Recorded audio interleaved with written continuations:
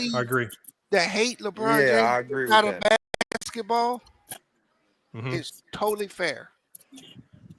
Mm. I think Everybody it's think it's hate. bro. I think Well, it's it's about hate. We talk about no, dynasty. bro. You LeBron not let been me. part of the dynasty, so he's not in this Hey, argument. Talk hey, about Let somebody the that's been man part of the finish. dynasty. can you mute this dude, bro? This dude has no home training, bro. It's these Hey, Kobe and Go Jordan ahead, fans, nigga. man. uh, see, I believe LeBron's actual impact is outside of the game of basketball. Right? It's his Mhm. business acumen. It's the other things that he brought. Right? Like when you look at Mike, What? Mike locked down the shoes and the endorsements. Right? That's his. That's his. That's all Mike. You ain't gonna outdo Mike on that. But what LeBron did is I don't got that. LeBron got hate. He Satellite turned radio? I hate don't got. I had into that. I don't being. have satellite radio. All right, man. Come up here, bro. No panel etiquette on people's shit. XM radio. Hey, XM whoa. radio. I don't have that either. I don't have Mute yourself, brother. Nigga, that's not me, nigga. That's not me. I'm not talking to you, That cuz. ain't me. I'm not talking to you, brother. Y'all niggas keep protecting LeBron like niggas. He the only Bro, one getting hate, nigga. Every Stop saying superstar and motherfuckers athlete get protecting hate, nigga. LeBron. Stop Y'all, crying for this I everybody nigga. He a protect grown their ass own man. favorite did, Y'all player, niggas did I don't bro. even know The him. My same man way how you Lamont Y'all dicked niggas out. protect don't your get favorite protected. player. Stop did I doing that dick sucking ass shit, I did know I man. it's so not good. Like for did real. I not say the You hate was niggas be fair, real bro? feminine. I said the hate was fair because he financed hate. LeBron used hate to make money. He made money off positive things. He made money off negative things. So the hate, LeBron actually wants it. It makes him money. He uses it and he markets it.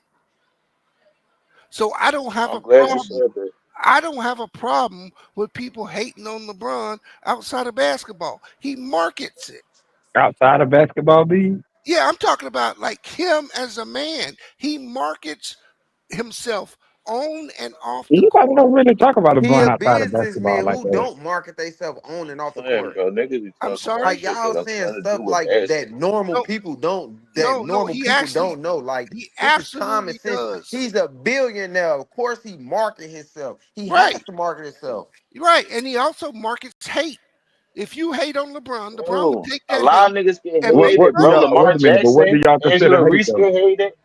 Like, Look, come on, bro. There's Everybody niggas that get deal with real hate. shit. We Caitlyn talking Clark about get hate. basketball What Everybody do niggas. get y'all hate, bro. B But don't y'all? nobody get the It most seems like hate like hold on, wait a LeBron. minute, LeBron It James seems like been the LeBron the most only one that get proven this. ass player since What he do was y'all 16 consider years hate? old. What I'm what not. what is So hate to shit, y'all y'all? keep I'm crying not. for this nigga, I'm bro. not talking about anybody talking about his game on the court.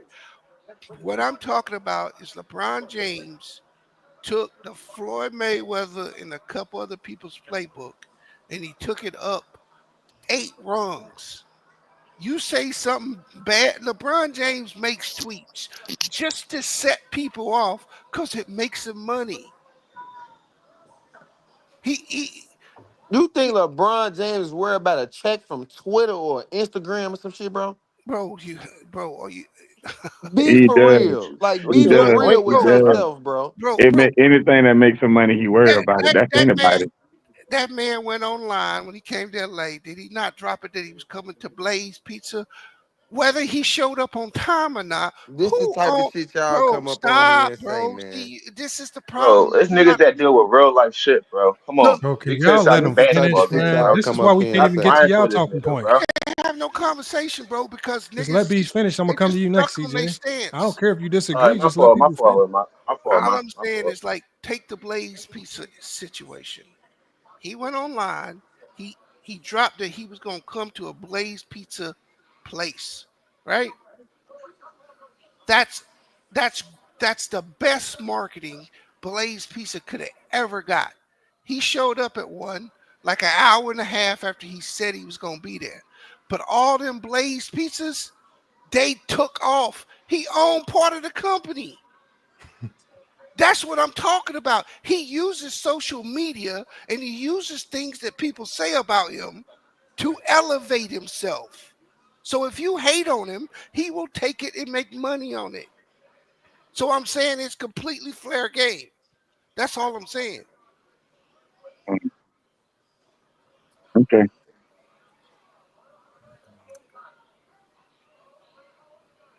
CJ? No, I agree with him. He said like because people defend LeBron, the feelings stuff like they attack his character all the time. But there's a lot of athletes they get their character attacked, but most people attack his game because he lost so much in like bad fashion. So I don't think it's really like he gonna get like over the top hate, but that's what a lot of celebrities and superstars or whatever. It's the internet world we live in, so people is going off like this be trolling Who too. gets So more I over don't the top understand. hate than LeBron? Kobe. Nobody. I mean, Kobe. people deal with real life stuff. It's for people that get hate off of real life, Okay, off the but court stuff, and who get gets accused more of real? crazy Who stuff. gets more over the top hate than LeBron? Kobe. Nobody. I just Well, told did you, Kobe. LeBron ever get accused of something I criminal? literally just told you. No, Kobe did not. Man, Kobe get Kobe, way more hate than Kobe, LeBron does. Come on, bro. Stop the What, is you cap, What they say crazy? bro. about Jordan? What they Man, say is you about Jordan Come on, when crazy? y'all Jordan come okay, over had here that? so hate hold on on, LeBron every Mingo Jester. fucking week, every Nigga, month. how's we hating about Explain LeBron? He Kobe asked hate us a today. question. What are you talking about, bro? Okay, so Mingo Jester, for example, I gave the Lamont, we don't example have of to go through this, bro. Come on, man. Y'all know Kobe hold get on, way Mingo more. Jester. no, I'm not explain saying the so. hate. This is what y'all confuse two different things. Just because we say LeBron is hated, it doesn't mean no one else is. So if we say LeBron gets hate or is the most hated right now, it doesn't mean Kobe was Oh, never hated on. right now. Oh, you said right What No, now. y'all at the want end Okay. of us the to day, do hold though? on. Like, And, my and, niggas and feel. please hold on, CJ. Mingo, this is not like I keep telling people when we talk about the hate that LeBron James receives. This is not a hate, an all-time hate ranking. I don't care if you feel personally that Kobe might have got more hate. That's your subjective opinion, which I That's honestly not an opinion. I don't care about your opinion. The That's only not an thing opinion. that we're talking about right Hold now, up, we're not boy. talking about this is not a contest between who gets hated more. This is a contest about the hate that gets thrown at LeBron. Whether you want to rank it a certain way or not, okay, do that on your own time. I don't rank hate. The fact is that there's hate. We're It is. talking about the hate. And secondly, lastly, just like you will be quick to call out the Kobe hate, why are you not quick to call out the LeBron hate? I just said it is. What else you want me to No, say? Because hold he on, hold on. not a I LeBron will I see fan. you, literally just Mingo said Jester. it is. He Mingo does Jester. get What hate. y'all I want us literally to just said do that. though, bro? What the What I'm hell Like, do saying, no, y'all Mingo want? Jester. we I'm can't not saying control the me niggas and get you both hated. know that LeBron and Kobe both got hate. But me and you both know I've seen you pull up talking about why y'all disrespecting Kobe. I've never seen you come up and ever pull up anywhere and say why y'all disrespecting Never LeBron. said that. I ain't never Yes, said you why y'all have. disrespect. No, I haven't. I've never said that ever. When I ever came on your panel, I've never said that Okay, ever. so Mingo Go Jester. pull up the I footage. So You got Mingo all the Jester. You niggas screens. Go have, pull one bro. of them You up that I have, said that Okay, bro. on. so Mingo You Jester. have, Mingo Justin. Go put it Mingo up Jester. that I said So that. Mingo Jester. That I Okay, said why y'all let's hating on Kobe. pretend. Go put Mingo, it up. let's pretend that you never said it. Go pull it Has up. has any All right, have all you right. heard You better say have you hello, heard nigga. Go have you ahead. heard any pro Jordan or pro Kobe fan pull up to a panel where they were hating on LeBron and say why y'all hating on LeBron?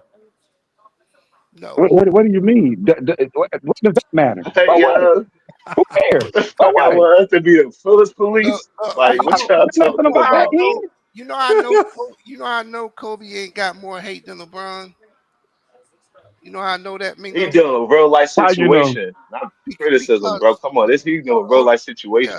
because the You talk moment about Kobe, stepped in the league, he did not receive the same That's a level. lie. That's a Bro, lie. no, he did That's a not. lie. Yes, it is. That's a lie. Bro, he That's didn't even finish definitely a his lie. sentence. No, What Kobe did he was not not That's a lie. hated.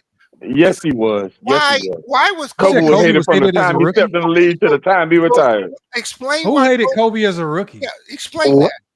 Why was Kobe hated as a rookie? Explain that. Do you know how much trash they was talking? Especially after. Wait a minute. Especially after he shot them air balls. Oh, it really went crazy. Look, It went absolutely bananas at that point. Hold on, Mingo Jester. I thought you just said basketball ain't hate. I never said. I never said basketball Hold wasn't on, hate. everybody. Where A you lot get of this stuff athletes from? get hated though, bro. Mingo, hold on, Mingo. look, So Wasn't Kobe hate. did I not. never said that. Kobe did not get hate Hold on. when he This came is to the league. this is how we know. This is how we know they contradict themselves. So when people, as Mingo just said, when fans and media got on Kobe for airballing shots, which is Mm-hmm. basketball court, Mm-hmm. how is that hate? When you just said y'all criticize LeBron about the basketball court and that's not hate. No. That ain't what I'm saying. What I'm saying is the media and everybody was talking about Kobe and talking down on him and saying all kind of crazy stuff about him. Everybody was. No, And that Mingo. happened throughout his Mingo, you career. just said That's basketball what court I'm is fair saying. game. You said criticism on the basketball court is not hate, right? When I it comes said to that. LeBron. CJ said that. I didn't say that. I didn't say that. So talking about Kobe airballing is hate? No, I did it's not not say hate. no. What I'm saying is it's how they it ain't hate when you're talking about what he He actually didn't did he on didn't the talk court. about his But it's airballs in a what they nice turn way. it into. It's what people flip it What they around turn it into. into? They flip it around into a negative or whatever the case may What did be. they flip it? How did Same they thing flip what it they do into a to negative, LeBron. Jesse? Anything How did they LeBron do, anything hold LeBron on. does, it turns it How into a negative. That was hold the on, same. Mingo. How do you flip It's the airballs same in the anything he playoffs does. into a positive? Huh?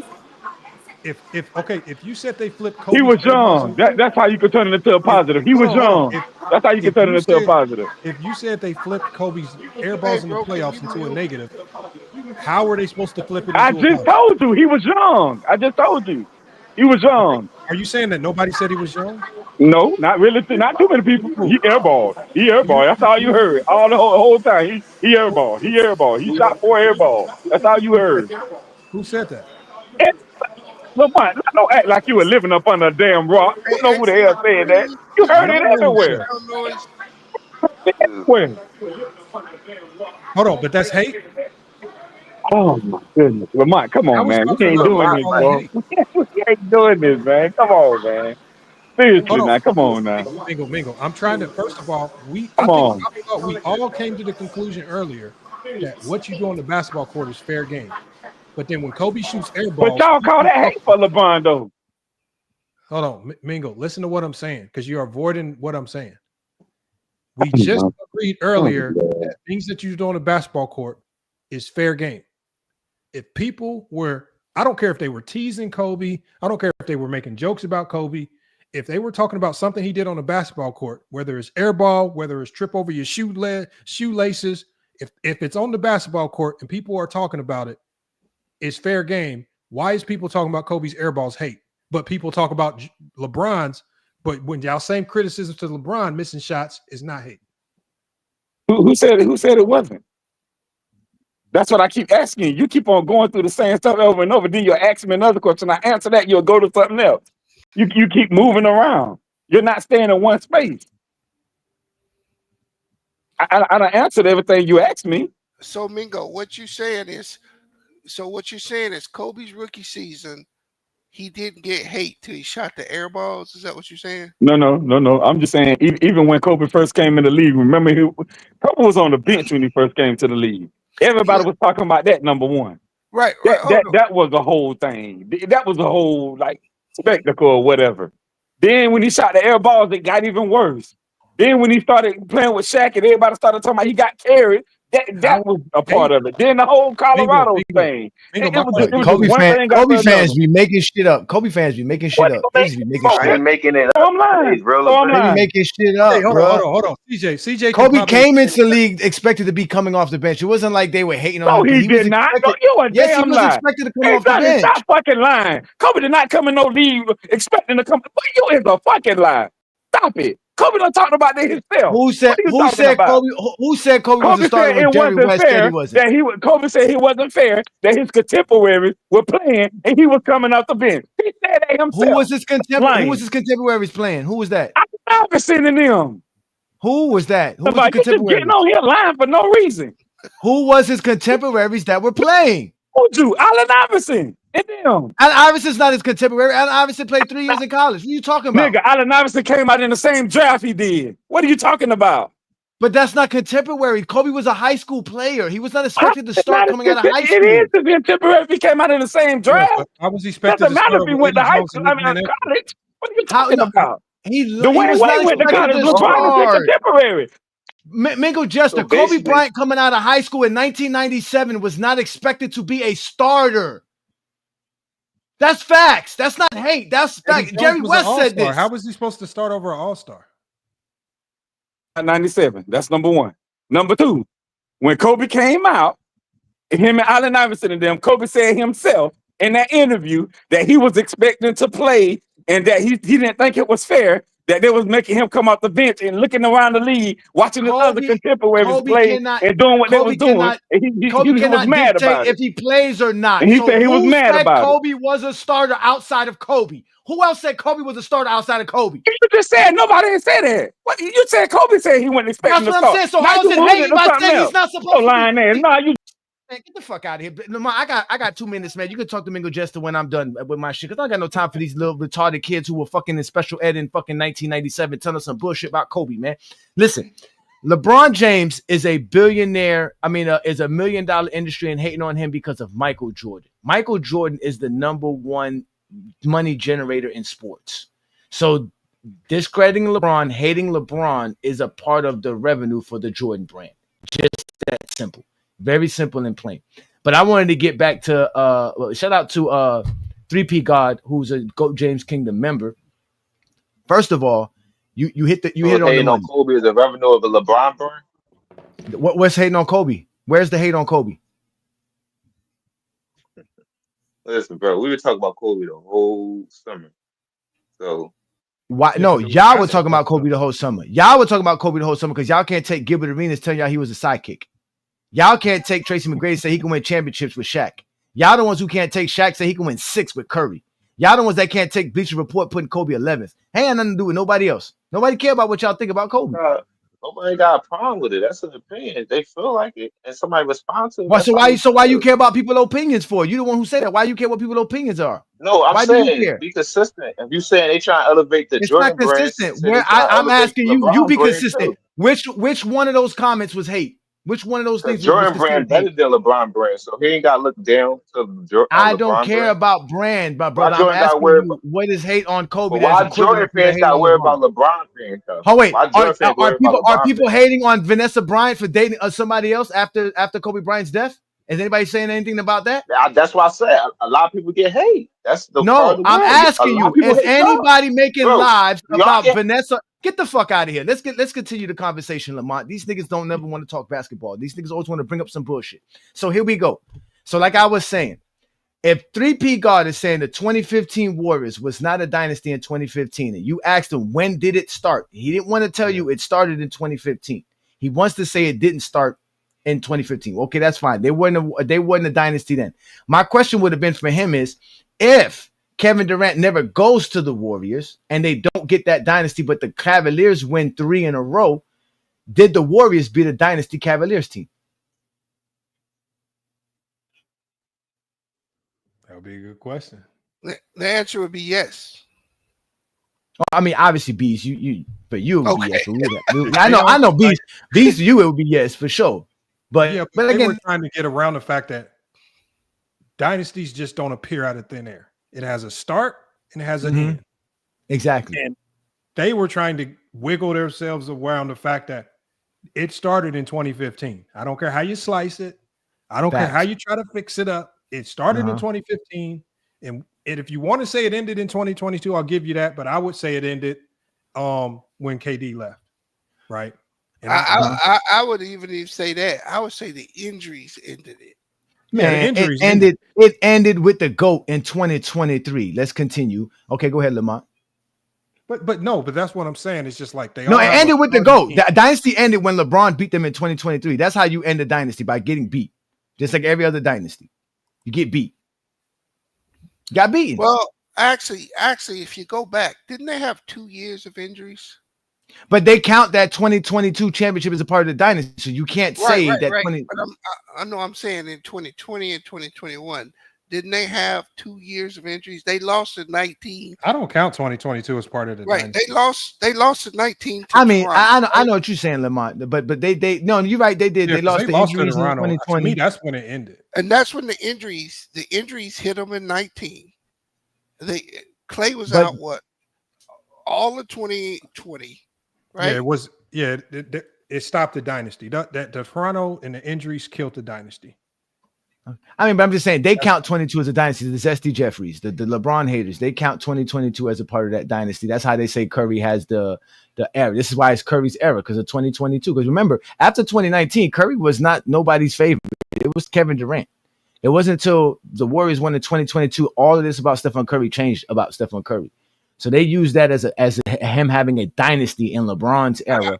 But they don't want to mention how LeBron ended that dynasty and beat him in the middle of it.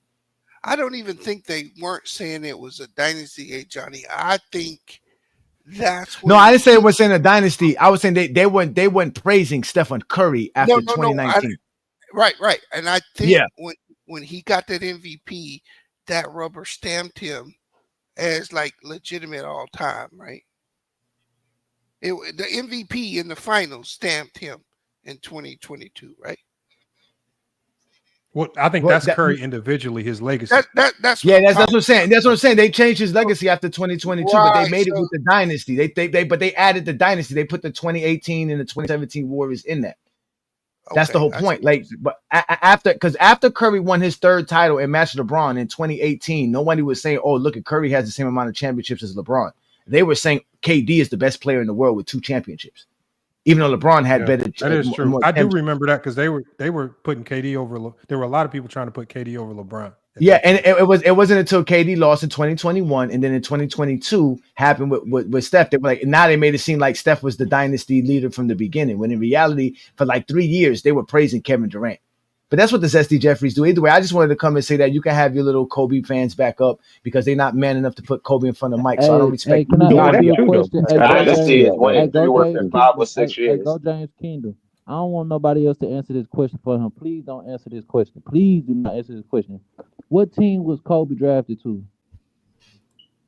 He was drafted to the Charlotte Hornets. Charlotte Hornets? Okay. Yeah. Okay. He was drafted to the Charlotte Hornets, and they bought, and the Lakers bought out his contract for him to join the Lakers, right? Because you know they bought. No, they didn't. No, they didn't. They traded him. They traded Kobe for Vlade.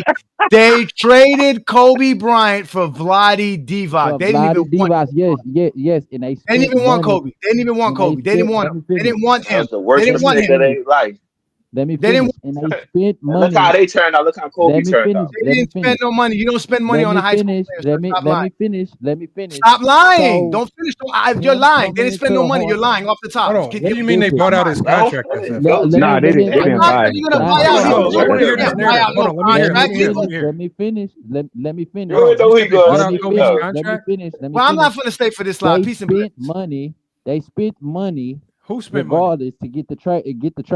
He got to run from it. If he would have went to the Charlotte Hornets, was he expected to come and start on the Charlotte Hornets? Yes, he was. He got traded to the Lakers behind, if anybody remember, Eddie Jones. So he was not able to get his start. But with the expectations still put on him, even though he was coming off the bench? Yes. And Jerry West expressed that in the first Kobe documentary. Yeah, but let me ask you this question. No, hold on. I'm reading it right here. Can I read this to SFM, please? Bees, let me read this. Oh, that's SFM. So SFM. Yeah, that's SFM. What up? Let me read this. What's up? Let me with read it, this to SFM real quick. SFM. So from what I'm reading right here, what you're saying is not true, because it says right here, and this is on Lakers. This is on the Laker page. It says this was a prearranged deal with the Lakers. That's what the Hornets did not draft Kobe because they wanted him. It says Lakers GM Jerry West had already worked out a deal with Charlotte before the draft. The plan: Charlotte would draft Kobe at 13 on behalf of the Lakers, then immediately trade his rights. It says the Lakers wanted to clear cap space to sign Shaquille O'Neal that summer. Jerry West targeted Kobe and was willing to give up center Vlade Divac to get him. Yeah, Hornets needed a center, so they agreed. It says the NBA, it says on the financial side, it says the NBA draft picks signed their rookie scale deals with the team that actually holds their rights. Because Kobe's rights were traded on draft day, Charlotte never paid Kobe a cent of salary. The Lakers signed him directly to his rookie contract once the trade was finalized. The Hornets only paid Vlade Divac's existing salary once he reported. And I It and says the I and Hornets I did know not. that I know that I agree. So no, but this just the narrative that Kobe was getting drafted by Charlotte and could have potentially played for them was never true. They never No, wanted I'm Kobe. saying They only if the drafted him just to Lakers trade him. if the Lakers would have never had never traded Vlade Divac and that didn't come apart, he would have went to the Hornets and became a starter for the Hornets. If No, that it's just deal the did not Hornets. come It says apart, specifically the hold Hornets on, did not let me want say him. it. Let me say The it. Hornets wouldn't have drafted him. Hold on, you got to stop lying, SFM. Oh, It specifically says right here, it says the Hornets did not draft Kobe because they wanted him. They drafted him in a prearranged deal to get Vlade Divac because they needed a center. So we can assume that if they didn't have a prearranged deal with the Lakers, they probably would have drafted the next best center available, not Kobe. Okay, I bet the Charlotte Hornets regret that now. Okay, and I'm saying okay. So if it I bet in wasn't gonna be the hindsight, they're like, Hornets, "Yeah, we made a if it mistake." wasn't going Yeah, it to was be the shots Hornets, up. They had shots up. if it wasn't going to be the Hornets at that time, what other team was available, 9 times out of 10, he would have became a starter on that team. Well, SFM, that's very reasonable to say because there are plenty of teams in the league where if you get the right opportunity or if that team is lacking a lot, like if Kobe goes to a team that doesn't have anything, of course. But unfortunately, Kobe went to a team that had an all-star shooting guard ahead in front of him. Okay, that's what I'm saying. So I don't think anybody up here would disagree with you that if Kobe gets drafted to, for example, a bottom feeder team, that he doesn't start. But yeah, that's what I'm saying. What happens that's why bottom feeder teams are bottom feeders, because they have to start less than players who ain't ready. So Lamont, can I ask you a quick question? Just one quick simple question. Or B's, whichever one y'all want to answer. So you said that Kobe got drafted. Kobe came to the Lakers, you know what I'm saying, behind Eddie Jones because he was the all-star. He didn't start. Do you think the same thing happened to LeBron if he get some kind of way go to the Lakers? Do you think the same? Do he start over Eddie Jones or do he start? What I'm saying, Mingo Chester, is Can I answer that? Can I answer No, that? I'm just asking the question. I'm just asking. I ain't saying what you saying, Lamont. You said what you said. I'm just asking a simple question. Who is the small forward for the Lakers? I don't know. Who was the small forward for the Lakers? I don't know. That tells you right there he probably would have started. I would say unequivocally yes, because at that point, you're talking about the #1 pick in the draft. Mm-hmm. And so generally, if a team takes the #1 pick in the NBA, there's very few instances that guy's not going to start. They were both the best players in high school. No, I got you. But draft positions matter. We watching. It does. Draft position does matter. We watching Shador right now not get first team reps, even though he better than that dude because they drafted him in the Gabriel. Yes, we watching this live. So if a team's gonna take you first, you're probably gonna start. Yeah, I agree with that. Yeah, you're right. Because at that time, LeBron may have turned out to be a bust. Kobe was drafted 13th. He could have been a bust. You don't. He could have been. It's a roll of the dice with every one of these players. I agree with everything you just said. I agree with that. No argument. So here's the interesting thing about Kobe, and I think this is where people get Kobe's story wrong.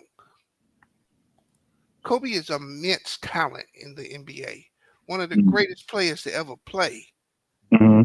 But what he turned into is not what he came in as. And so people want to put him up with guys that came in on that level. He had to ascend to that level. He's one of the hardest workers to ever play in the NBA. And you got to give him much credit for that. But he didn't come in at Tim Duncan's level. He had to get there. Yeah, all these guys went to college. Yeah, right. Look at them guys went to college. This boy was drafted at 17. Bro, he wasn't even 18 yet. He was get 17. that, but see, this is what hurts him in the all-time argument. Because when you stack him up next to Tim Duncan, and this is a dude that played in almost the same time Kobe played, right? Yeah. You can only give me a small window that you could ever say he was better than Tim Duncan. What? There's a very small window. That's a lie. That's not a lie. It is. That's not a lie. Who was literally the best player in the whole decade of the 2000s? Bro, Kobe was not. Wait. I mean, he literally, y'all like Well, accolades okay. and stuff. He literally won the player of the decade. Hey, look. I mean, y'all love accolades and stats and stuff, don't you? He won player of the decade. I want you to No, give me the he didn't win the years. player of the decade. He won the TNT player of the decade. Well, it's still whatever. He won it. So Tim Duncan. Listen, Hold big. on. Tim Duncan came in the year before Kobe, right, or the year after? The year after. The year Right. after. So tell me what year Kobe became better than Tim Duncan. To me, if I'm being completely honest about it and not really BSing, I would say the 2000. I'm about to say 20. The 2000, maybe. It's either 2003 or 4. One of those years. So in 2003 and 4, Kobe became better, or Kobe got to his level. No, Kobe was better than Guy. It was already a done deal by that time. I don't know if he was ever better than Tim. He was better than Tim Duncan for a by sizable amount of 2001, it was time. already over with, bro. Stop it, bro. By what year? He said 2001. Where he did that regular season. Bro, when stop he it, did, bro. and what he did. See, you're being Man, he disrespectful. Stop it. He was better than him, bro. He was He not a better than Tim very Duncan Tim in no Duncan. 2001, bro. Bro, Kobe was leading. He was Oh, like number. Lord. Hold on, Kobe was like number 4 in scoring. He was in the. He finished like. Oh, stop it, bro. He had just won like the number 15. Then he went to the playoffs. Y'all remember the first game in the playoffs versus the Spurs? He averaged 33, 7 and 7 on 51% to sweep the Spurs. That was the first time the Lakers had beat the Spurs with Shaq on the team. When Shaq was leading it, Bro, they got all swept this in beat 98. the Spurs. That, bro, you're telling me I'm not Bro, arguing team Kobe is the reason why Tim Duncan didn't get past the playoffs a lot of times, bro. Kobe was whooping his ass even after Shaq, bro. Look, Tim Duncan Bro. arguably is a top 5 greatest NBA player ever to walk on the court. Okay, you can say that for both of them, but he's not better than bro, Kobe. stop it, bro. I'm asking you a legitimate question. I asked you for this young man Kobe who came in the league as a 13th pick. All right. So you gotta give Kobe credit for the whole run in 2000 because Tim Duncan didn't get all his 2001. I'm done, bro. So you gotta give Kobe 2001, credit not for them 2000. See, three this is peats. the problem with Kobe, and this is why I don't have him in my top 10. How? I mean, you don't have to, man. It is what it is. You don't have This to. is why I do not have You him. can't prepare him to the I can never put Kobe over Shaq. That's fine, and that's fine. That's her opinion. That's That's your her opinion. opinion. Everybody got their own opinion. That's her opinion. I ain't gonna argue with you about your opinion. That's on you. But you know something? That's I could fine. put Tim Duncan. I could put Tim Duncan over Shaq. I could put Tim Duncan over Shaq because the proof is the pudding. That's my point. Pudding. I put Tim Duncan over Shaq. Yes, okay, but let me say this. Putting Kobe. I put Kobe over Shaq let me too. say this. Because look at this. Let me say this. Shaq was Hold never on, wait a able to- minute. Shaq What was Shaq never and Kobe able to did beat Tim together, Duncan. and what did they Shaq do never apart? led one series. Out of the 4 series they met up with Tim Duncan, and the Lakers won three or That's 4. still Shaq team. was That's never not able to individual. lead That's one using series. He never led one series. Everything He in a never team sport is dominated one team. series versus What are y'all Shaq. talking about? Look, here's what I'm saying. No, it's not true, man. Yeah. Stop. Lamar, tell me, Everything in a team sport has got something to do with the Okay, so team. Mingo Jester, let me ask you a question, Mingo Jester. Yes. Mingo Jester, my question to you is easy. In 1988, when Jordan played the Pistons, who was the best player on the court? Jordan was, but that don't mean he didn't have his team with. Hold on, Mingo. Don't go off on a tangent. So even though Jordan's team got smoked, Jordan was the best player on the court. Yeah, he was. No, Tim And Duncan there's even no ifs, performed ands, or like. buts about it. Hold on one second, Michael SFM. Jordan performed like. Hold on one he did second, not. SFM, please. Jeez. All I'm saying is winning and losing don't change who the best player is. And you know what? In 2001, I'll give you that as individuals, it's arguable. But to just pretend as if it's just clear-cut Kobe better than Duncan that year, I don't know if it's just as clear-cut as y'all say. Because unless you just absolutely over-bloviate his scoring, which his scoring was 6 more points, but Duncan's rebounding was far more. Duncan's defense was far better, and it wasn't Of course, close. his rebound is gonna be And far so, more. His leadership. Yeah, but they were both the two best defenders. and then even if you go to his analytics, SFM, his analytics were superior. Yes, but Kobe, Yeah, better box plus they minus, were better both win the shares. best- Look, I'm gonna They tell were you both the this. best defenders on their team. Yeah, They that's were both Duncan the was the best defenders defender in the on league, arguably. in the league. Nah, I don't know. I don't know because KG was back then too. I don't know. Now KG was back there. Was Kobe in the top 3 conversation for defenders? Hey, Lamont, I say top 5. He was in top 5. Top five defender. Back then, yes, he was. Top Back 3? then, yes. Yes, he was. Back then, yes. This is what's funny to me, right? Both Tim Duncan came in as a more seasoned player than Kobe. Yes, because he went to college. Yes. Can I finish my comment? Yeah. So I understand him being further along than Kobe that came out of high school. Mm-hmm. But where I get lost is David, he came to a team that had an all-time great center in David Robinson and immediately ascended to the #1 guy. Kobe came to a team that had an all-time great guy, and he didn't become #1 until that nigga left. Oh, he was literally, like you just said, why? Because he came out of high school. The other guy went to college. Look, this is not a negative to Kobe. This is when you're arguing players' careers. Those years matter. I never said they didn't. Who said they didn't?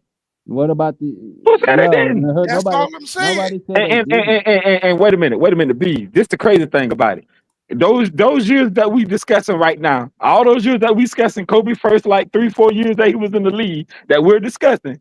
That's what makes to me that makes Kobe even greater. Dude didn't even start his first couple of years and still ended up having a career that he did. That makes him even greater. Yeah, he had a great career. That makes him even greater. He had a great career. But I'm not gonna put no career 44% shooter above Tim. Bill Russell was a 44% shooter. He don't get no credit. You don't get bashed for that. I ain't got Bill Russell over Tim. Bill Russell do not get bashed for being a 44% shooter as a center. Nobody brings that up.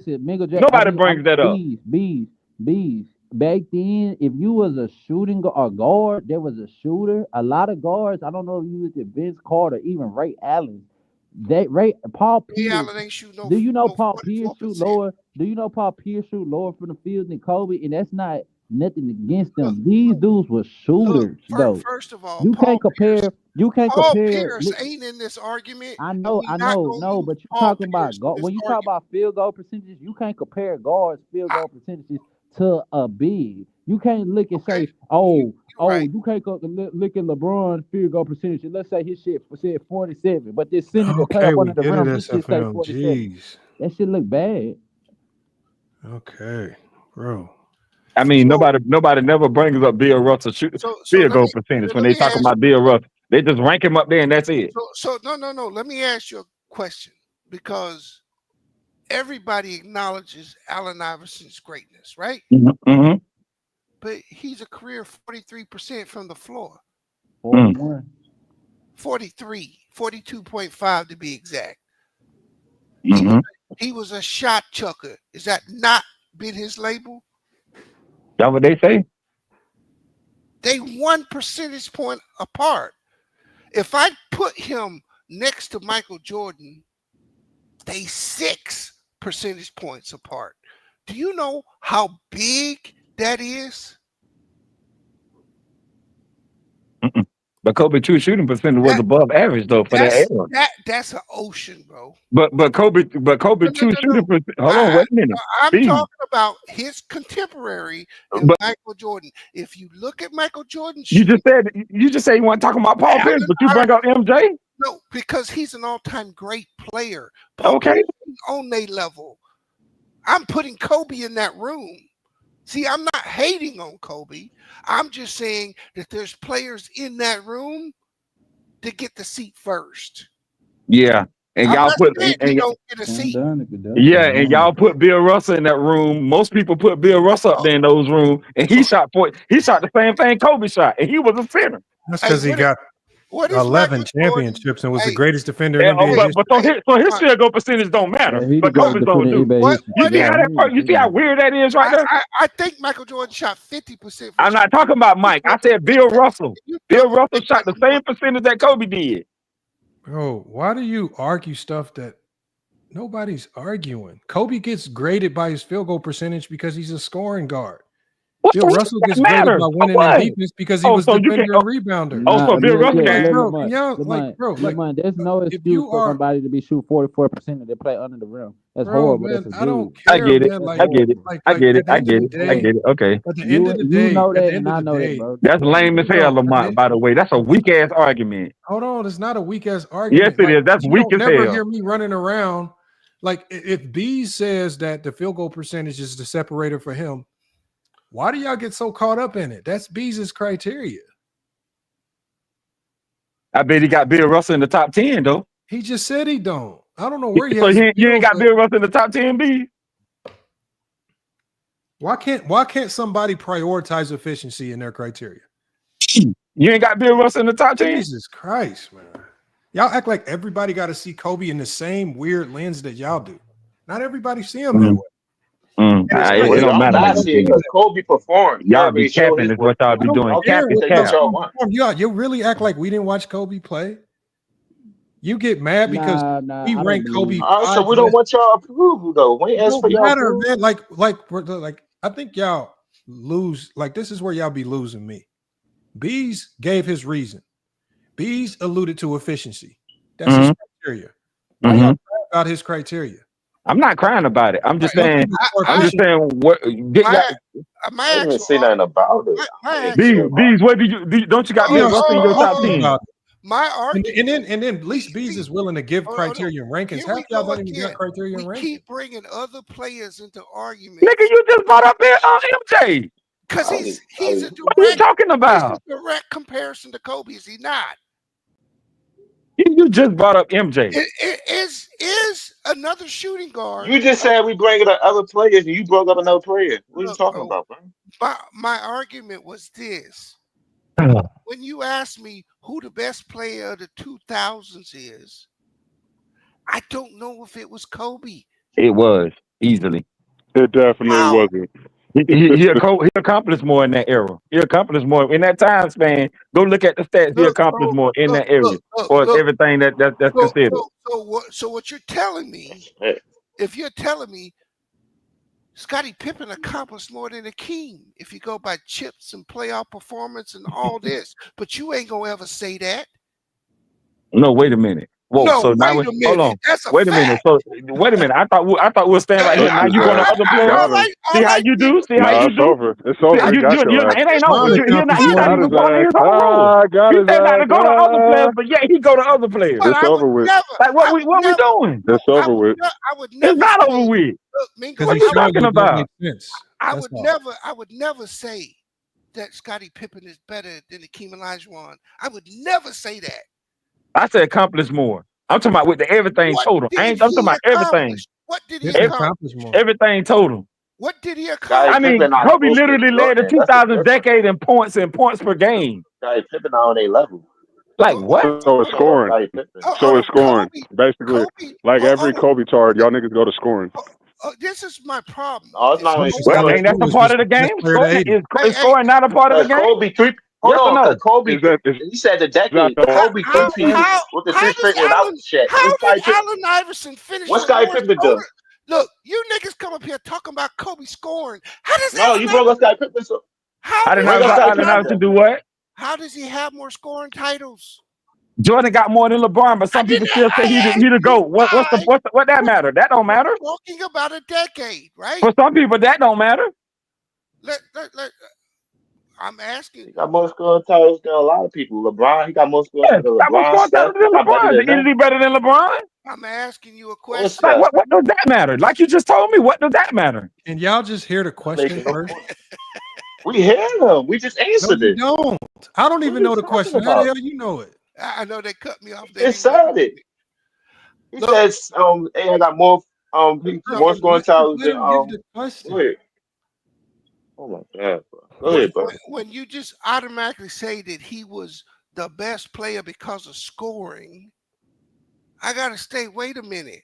How many players did he play with that had 2 scoring titles in the same decade? Who are you talking about? That when I You asked him what made Kobe the best player in the decade, you said scoring. No. I say he no, I say he he went to led the 2. whole decade in points. And So I say He went to okay, so you mean a back-to-back cumulative, 3-peat. He went a, cum, back-to-back 3 straight a finals. cum, it's the whole decade, Bees. We talking about the entire decade, not just look, 1 or 2 years. We talking look, about the entire decade. What here's they my did in that And entire you want decade. here's my and problem you with won't bring us here's my and you problem won't with bring you. us Scottie Pippen. What he do No, without Jordan? Kobe 3-peat with the 3 straight oh, without Shaq. you hear So this? bring us Scottie Pippen again. Oh Lord, it was the point that Oh, you Scotty. brought him up? I brought him up in context Bees, that he accomplished more bees, than a king. bees. Can I say this real quick? Bees, just say this real quick. This is why Kobe is the best of his decade. He's Thank you, number sir. one. He's going to answer Listen, my question. okay. He's number one in most. We said He's number Kobe though. one in most. Listen, hold on. He's number one in Go ahead, most Russell. listen, he's number one in most points scored in his era, or number 2. He's fourth. He's number one in most points in the playoff scored in his era. He's the leading scorer for the 2000s with 21,065 points. He averaged the most points in the 2000s with 28.2. He's the leading scorer for the playoffs in the 2000s with 4,053. He's the second leading scorer in the NBA Finals in the 2000s in the 2000s with 737. He's number one. He's number one all time in first team defensive selections. With the most first team defensive selections. The most first team defensive selections of the 2000s was Kobe Bryant. Not only that, he's the only player in NBA history has 3 years back to back in the playoffs with 600 plus points in the playoffs. And if we go back and look at his just full resume, he got the most all stars of the 2000s. What else?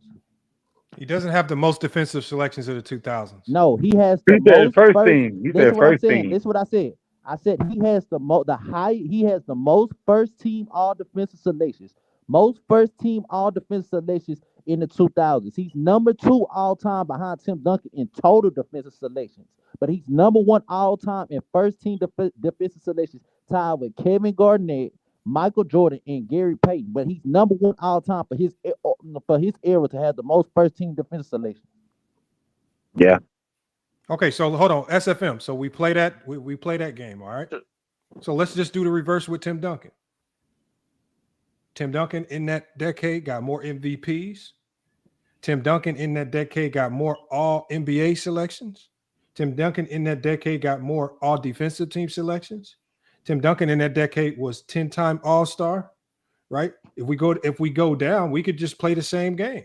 Tim Duncan in that decade, especially if you go to analytics, outshines Kobe in almost every analytic. Analytics is BS.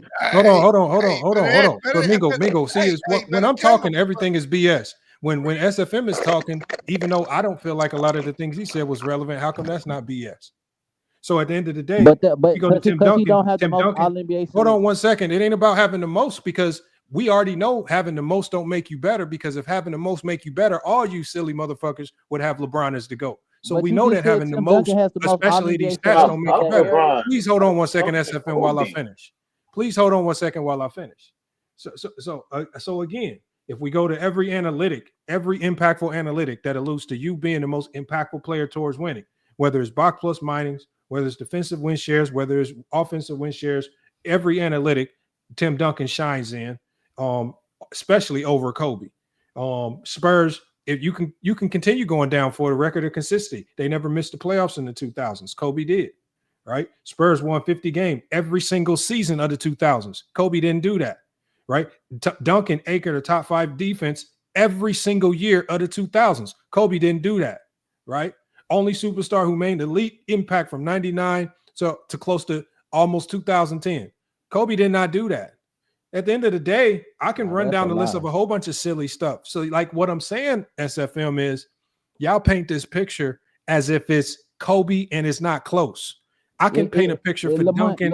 I can hold on 1 second, SFM. I'm not saying you wrong.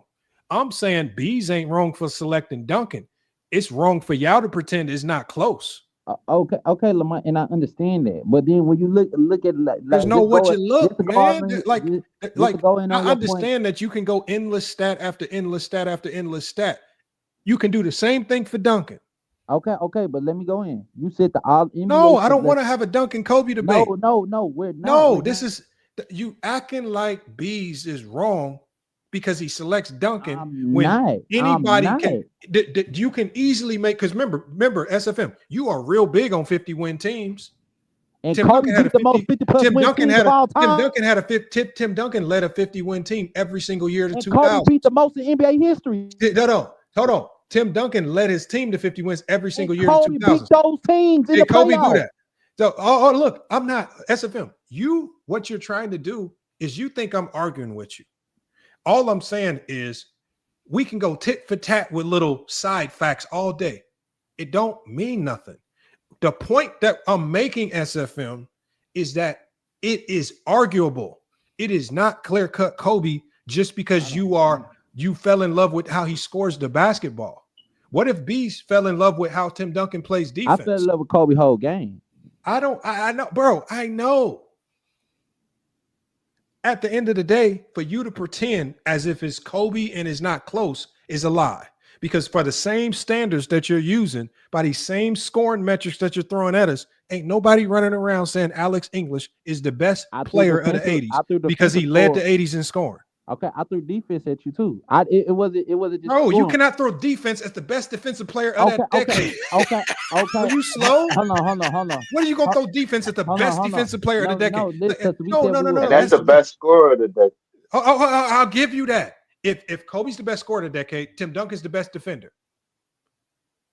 But we don't. That's debatable for Tim Duncan. And you acting like Tim Duncan couldn't score. Well, that's debatable for Tim Duncan being the best defender. We don't. We don't full fact know that. We don't full fact know that. It was a dude named Kevin Garnett. It was a dude named Ben Wallace, Lamont. It was what is he talking about? We don't know clear cut if Tim Duncan was the best defender of the. Let me ask you a question. We don't know that. From start to finish in the 2000s, start to finish, who is the most consistent and most impactful defender of that decade? And you could throw a toss up between Kevin Garnett and Tim Duncan, sir. What? Now what I'm saying is outrageous. You just said, it ain't that much of a gap between Tim Duncan and Kobe on who's the best player. So it's supposed to be so much of a gap between Kevin Garnett and Tim Duncan, who was the best defender of the 2000s now? That's what you're telling me? You just put your head down. He got it. Oh, he's tripping. No, it's a toss-up. You can go Kevin Garnett, you go Tim Duncan. You can't. And couldn't I play that game with scoring with Allen Iverson and Kobe? You could. No, fuck. All right, and then we could play that game with Ben Wallace and Dwight Howard. Bro, y'all got the Kobe fans, but y'all gotta stop this nonsense. Listen, bro. Listen, Lamont. This is the bottom line. SFM, we got it, man. We got it. This is the bottom line. They met up 2001, 2002. I don't care about 2001 head-to-head matchups. Who led those series? Who beat Tim Duncan? No, that's team. Team has nothing. Hold on. And another thing is, bro, what is you talking about? Team? Hold on. What are you talking about? My fault. In 2008, Andrew Bynum didn't even play. Bro, SFM. I don't care about these head-to-head matchups. That's team. When Kobe was leading the series, just because you don't care, make it valid. SFM, make it valid. I don't look at the game that way. Oh my God. That to me, you can give me. That means if we go head-to-head, does that mean does the head-to-head between Kobe and LeBron make LeBron better to you? Bro, we talking about the playoffs. No. Let me ask you. We are talking about hold on. sir. No. SFM. Head-to-head, Kobe and LeBron. We can go to the stats. Bron averaged more points, rebounds, assists, steals, blocks, down, better efficiency, and he had a 16-6 record. Does that make Bron better than Kobe to you? We are talking about the playoffs, sir. Oh my God. Between Kobe, why is we going to LeBron? We talking about Tim Duncan and Kobe Bryant. I'm just showing you how stupid your own argument sounds. Tim Duncan and Kobe Bryant met up in the playoffs 5 times in the 2000s. I don't care. That's team. Kobe led every series and that dominated. Does not dictate who's the better player. Okay. Let me answer that. When Kobe had no help in 2008, that don't matter. SFM. I don't look at the game like that. In 2008, he didn't have no help. Playoff series don't determine a better player. Oh my God! Gee. All right, Lamont. Is Nash better than Kobe because they beat him twice in the playoffs? You tripping? Jesus Christ. Hey, No. what up, Yeah, Lo? that makes Nash better than Kobe. Yeah, he beat So him Nash twice, is though. better than No. Kobe.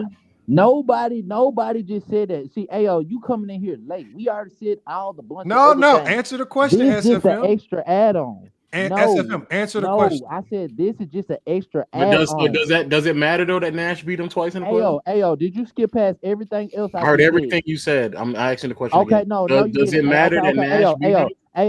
Ayo. I don't know what you heard. You're just coming in here. So like I said, Well, I heard Kobe you claim that Ben Wallace has an argument for being the best Ayo, defender what did I say in the Out of entire 2000. when my decade. first statement Just when I'm talking about ridiculous. the 2000s? What did I say? What was the things that I said? You're making the argument that Kobe is the best player in No, the 2000s. see, that's what I'm saying. No, And what that did he I was the say? best scorer in the 2000s, which No, is no. I And said then- Kobe Bryant. I said Kobe Bryant has the most first team all defensive selections in the 2000s, which also he has the most first team defensive selections all time. I said he's number one in the playoff point scored ever in the 2000s. We heard He's that, number SFM. one. He's number one in points scored ever in total. He averaged the most in the 2000s. He beat the most 50-plus win teams of all time. Allen Iverson still Hold got on, the hold most on, scoring hold on. That logic makes Hold Bron on. better Not scorer than only Kobe, too. that. Hold He on, not averaged only more that. points, Hold on, not and he only got that. more total points. Not only that, Kobe Bryant beat the most 50-plus win teams of all time Bro, in you the said that 2000s. already. Those 50-plus win teams that we talking about Tim Duncan was leading. Who was beating them, nigga? You can only beat 50-win teams if you're shitball in the regular season. Kobe couldn't get past Timmy. No, I don't Timmy know about couldn't that get one. past So Kobe. this No, is you my can all, question. outside of a few years, you're not playing 50-win teams in the first round. So here's Yeah, it's I hear. Well, go ahead. Kobe Bryant did you fun fact. Do y'all know just in a hold 3-year on, Esther. span? Hold on, bro. Go ahead. Kobe won 2 scoring titles in the 2000s. So did Tracy McGrady. Allen Iverson won 3. That's the decade. That's 7 of the 10 years. Now, tell me why he was the best scorer in that decade. So tell me why Tim Duncan was the Can I best finish? defender. He ain't got no defensive player of the years award. Okay. Let me finish. Because you just said based off points per just the scoring title. We're just talking about scoring, right? title. Okay, listen. You said just off the scoring titles so I'm going to get into to another things. He has more points scored in the 2000s than both of them in the regular season. He has more points scored in the playoffs than both of them in the 2000 season. He has the most points scored in the playoff with 21,605 points. He's number 2 all time in the 2000s with the second most finals. He's the only player in NBA history in the 2000s to have 3 years straight to have 600 plus points in the playoffs for Bro, 3 we're not talking about years. no playoffs. He has the highest average. Hold on, listen, because I'm naming 5, 6. Okay, Lo. Go ahead, Lo. No, I hear what he's. If you want to say Kobe's better, that's fine. But saying that it's not, believing that it's not close, believing like trying to shut that out, I think that's a bit. Listen. Lamont just try to shut me down when I say, Kevin Garnett. SFM. Do you think it's close though? Okay, Kevin Garnett and Tim Duncan. You don't Do think you it's close? think it's close? Do you think it's close? No. Nobody said it The was whole close. point I'm trying to He make. literally just said it's not Lo. close. He just said that. All I'm saying is SFM was saying it ain't close. I'm saying between Kobe and Duncan in the 2000s, it's 1,000% close. And depending on how you argue it, Kobe can edge out Duncan, but depending on how you argue it for Duncan, Duncan can edge out Kobe. It just depends on your preferences. Oh my God. I don't think it's like the 90s. It's clear-cut Jordan. It's not close. That's probably one of the only decades where it's just far and above one player and ain't nobody close. I don't think it's like that in almost any other decade. I just don't. Jordan's the only one with that one. Jordan's the only one. So you could Steph Curry, you could argue with Steph Curry that he might be the best. I'm saying depending on how you argue it, you can make Steph Curry closer to LeBron than people think, depending on how you argue it. The gap between Steph and LeBron is not like the gap between Jordan and Hakeem Olajuwon. Okay, but what can you undeniably just say that Tim Duncan? Nobody said nothing was undeniable. We said it's close. Okay, but you said that he's the best player. I don't feel like the best defender of the 2000s. I don't feel like that. Like you can't like how we just gonna skip past all the other motherfuckers? Do you Like, believe that he is though? no, I believe that's Kevin Garnett. Why From start to is finish. KG a better defender? I from start to finish, I feel like his defense was more consistent through the years. If you was to put Tim Duncan around other great perimeter defenders, which they tried to do, the team would excel at a high level. What Tim Duncan also had on his team that Kevin Garnett did not have was all-time great defense. He had Bruce Bowen, which is one of the greatest wing defenders that was on the wing. He had Kawhi Leonard, that was one of the We're just talking about the 2000s. Just the 2000s. Just the 2000s. Yeah, okay. Bruce Bowen. Then in the back you had David Robinson back there. Come on, what are you laughing? But even after they Lamar, lost David, but even for? after they left, even when David Robinson retired, but they were still one of the best, if not the best They had a defensive top team. 5 defense every single year. Yeah. Yes, even when David Robinson retired. It didn't matter who was on the court. But as long as Duncan was there, they was a top 5 defense. Okay, but peep this. They did not win another title until they picked up another great. Well, we're talking about defenders. Listen what I'm saying. Okay, that's what I'm saying. After David Robinson retired, they did not win another title. That's not true. They won in 2007. They won in 2007. Okay, with Bruce Bowen, they did not win another title until they had another great defender. You just said when David Robinson retired, they didn't win another. David Robinson left. Bruce Bowen, when David Robinson left, they still had Bruce Bowen. Bruce Bowen came to the Spurs in 2002. That was his first year on the Spurs. They still had another great defender. It wasn't just Tim Duncan who was the only great defender on that team. I'm not saying that. What year did Sean Elliott leave? Sean Elliott was not. It don't matter when he left. He just wasn't. I'm just saying, what year did he leave?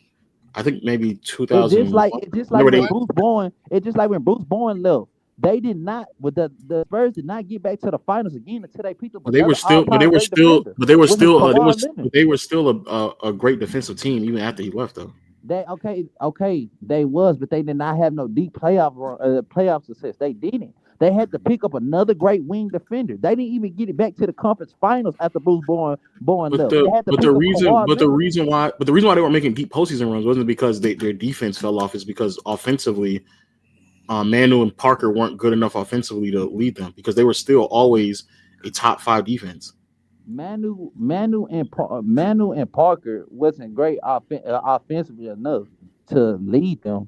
I don't believe it. I believe Parker was, but Tim Duncan had tremendously fell off offensively. Yeah. So once Bruce Bowen left, when Bruce Bowen retired, defense was they hard. I get that. And when Bruce Bowen retired, right? Yeah. Why you think they were losing because their defense fell off? Because Bruce Bowen retired? I believe not the whole reason. I believe that wing defense was a big part of their success. They needed that. I'll ask the question again. Do you think they weren't making deep postseason runs because their defense fell off? Yeah. Brother, what are we doing right now? What year is he talking about again? Like in 2008, when 2010, when Bruce Bowen wasn't there anymore, they still made it. They made it to the second round, and they were still top 10 in defense. Their defense never really. They were always a better defensive team, even without Bruce Bowen. That was the furthest they had got to this. My statement was they did not make another deep postseason run in the playoffs after Bruce Bowen left until they picked up another all-time great defender that was great on the wing in terms of Kawhi Leonard. When they got Kawhi Leonard, that's when they made another deep playoff. SFM. If you're measuring defense was a big part of SFM. If you're measuring Tim Duncan's defense on team success, then how the hell do you got Kevin Garnett up there with Tim Duncan? How do I have Kevin Garnett up there? Okay, well let's talk about. No. Listen to what I asked you. So, okay, let me hear. You're talking to me in low, and you're measuring Tim Duncan's success you're measuring him as a defender based on team success. If it's based on team success, then how are you putting KG in this conversation? Because KG had to carry more of a load, and he still had success doing it. Doing what? What success though? He was always getting knocked out the first round. Okay, he still was able to win a championship. He was still able to make it to the finals 2 times. He did not. KG did not have those type of defenders that Tim Duncan had against him. He didn't come in. He didn't have a David Robinson. He didn't have a Bruce Bowen on the wing. He didn't. I'm not, but what he's asking is if that is the case, because by the logic that you're saying that as soon as KG was on there, he should have bare minimum one. And KG was more versatile as a defender. The thing is, KG, he could guard the wing at a high level. Tim Duncan could not guard the wing at a high level. Yeah, but that at that time, that wasn't what was valued more. What was valued way more was interior defense. But still, he still had more of a load. He had more of a load to carry defensively than Tim Duncan did. Tim Duncan had the pleasure of having another all-time great defender around him. The Kevin Garnett didn't. He was the heart. He was the pure full heart pump of the defense. I think. I can name 3 all-time great defenders. I can name 3 all-time great defenders that Tim Duncan played with. You Yeah, but name they one never. that Kevin Garnett played with in his prime. Tony Allen. He played with Tony Allen, but I think many of y'all like y'all do this thing where just because a player on the team, that means that they were like he never played with multiple all-time great defenders all at the same time. David Robinson wasn't no longer an all-time great defender by the time Bruce Bowen got there. He was really, really good, but he wasn't. And the irony is that even with what you're saying, bro, they replaced David Robinson with the same nigga that they put next to KG. Like when David Robinson retired, when David Robinson retired, they brought in what's his name, like Rasha or whatever. Like he played next to KG, and yet he looks defensively fine next to Duncan. Yeah, who was Rasha Nesterovic was a center that played next to Kevin Garnett. He played next to Kevin Garnett. Yeah, he did. He played He wasn't what David Robinson and Bruce Bowen was to that team. Listen to what I'm saying. David Robinson retired. They replaced David Robinson with Rasha Nesterovic. Yes. Okay. And in 2004, when they did that, they had one of the greatest defenses of all time. Okay. And who did they still have on that team? They still had Bruce Bowen. What I'm saying though is that. That's what I'm. But listen to what I'm saying. They lost David Robinson and somehow got better defensively. Okay, and they still had Bruce Hey, Bowen. Bruce Bowen did that. What I'm telling you. By the way you talk about Bruce Bowen, he's the best defensive player of the decade. Who? Because you're giving all the impact to Bruce, Who? not Tim. Tim was the anchor. No, I'm saying that Bruce Bowen. Okay, Bruce Bowen. Tim Duncan was the anchor in the interior. Bruce Bowen was the anchor on that wing. That Bruce Bowen was the one that you was sitting there LeBron. You wasn't seeing no Tim Duncan and no motherfucker Tim Duncan and LeBron. Bruce Bowen was guarding those best players on Best defender on the Spurs team. Who was the best defender? It was Tim Duncan. Okay. Yeah. So why is it that he when didn't have to carry no load defensively like Kevin Garnett? He didn't. But I just disagree. But because even as great as a defender Bruce Bowen was, the defensive assignment was to still bring everybody into Duncan. That was how they defended. So it was a team effort.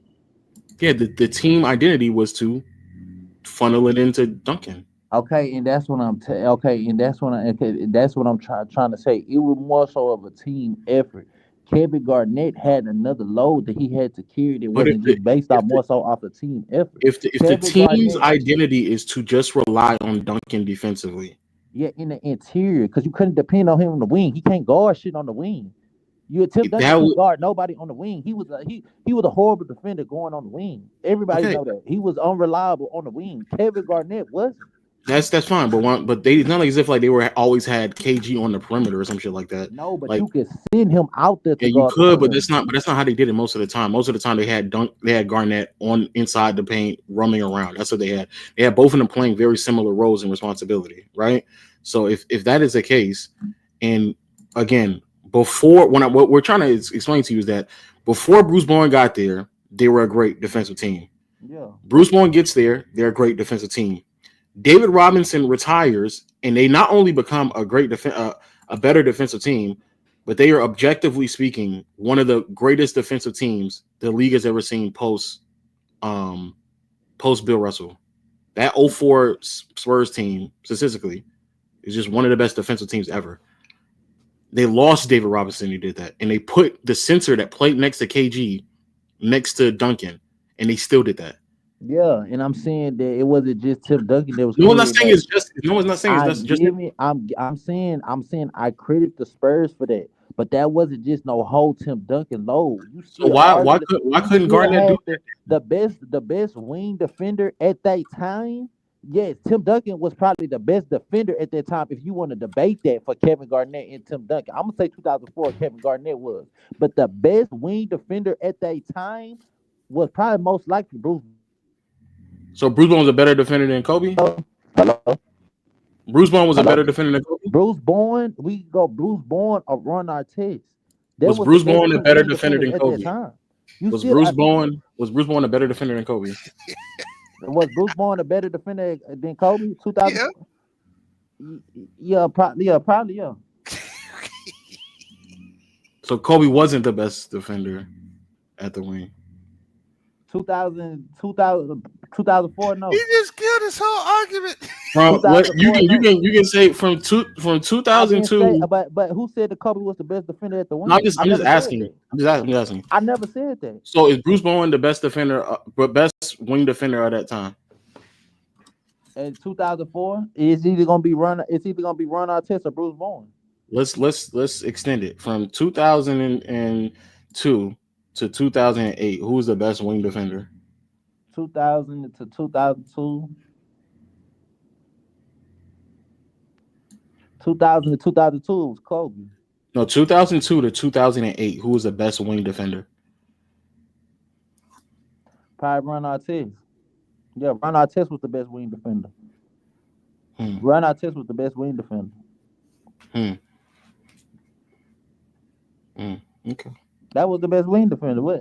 I'm not finna lie and say it was Kobe. I don't think it was. That's why I said I don't base everything off of accolades. Kobe got the most first team defensive selections of that era. I'm not finna say he was the best wing defender of that era. He wasn't. That's interesting. So are you saying his defensive accolades are fake?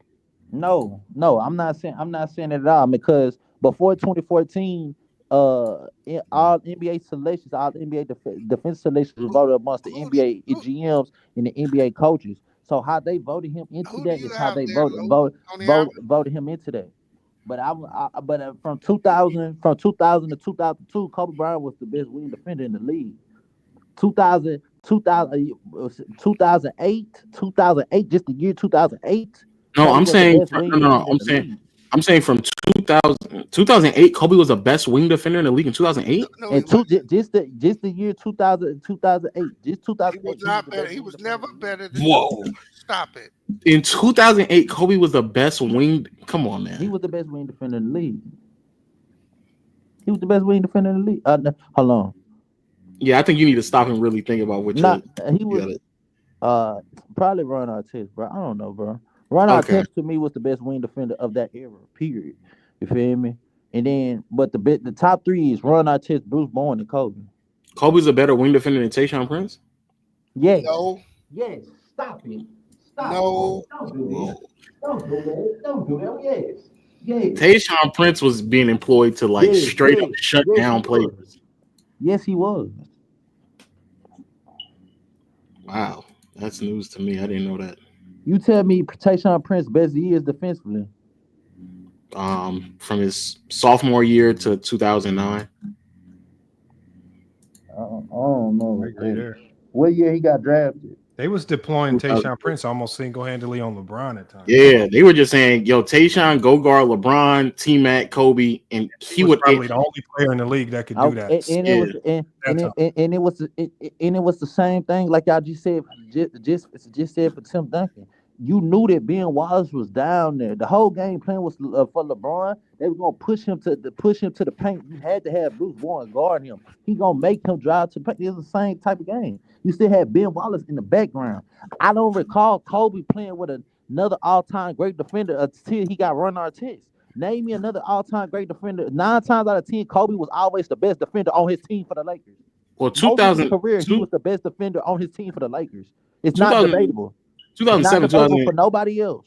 2007 and 2008, Ben Wallace wasn't there, and they were still a top 5 defense. So 2007, 2000, I give you that, but I'm talking about in terms of dealing with a dude like LeBron. When Ben, okay. Let me give you an example. 2007, they beat them, right? The Cavaliers was able to beat them. LeBron was able to dominate the Pistons without Ben Wallace. But the year before in 2006, because y'all forget, the Pistons and the Cavaliers played 2 different times. The first year they played was in 2006. They lost. Would you say, SFM, would you say Kobe was a better defender than Sean Marion? Was a better defender than Sean Marion? Yeah. For most of his career. We gotta also. I ain't gonna lie, bro. We do this thing where you said LeBron dominated, bro. LeBron had like 2. LeBron had 2 amazing games in that series, bro. He got in game 1. LeBron was held to 10 points. The next game he was held to 19 points. In the closeout game, he was held to 20 points. All of these games, he's shooting below 40% from the field. Like, LeBron had more bad games than good games in that series. He had one amazing, historic, all-time game. The very next game, he scored 20 points.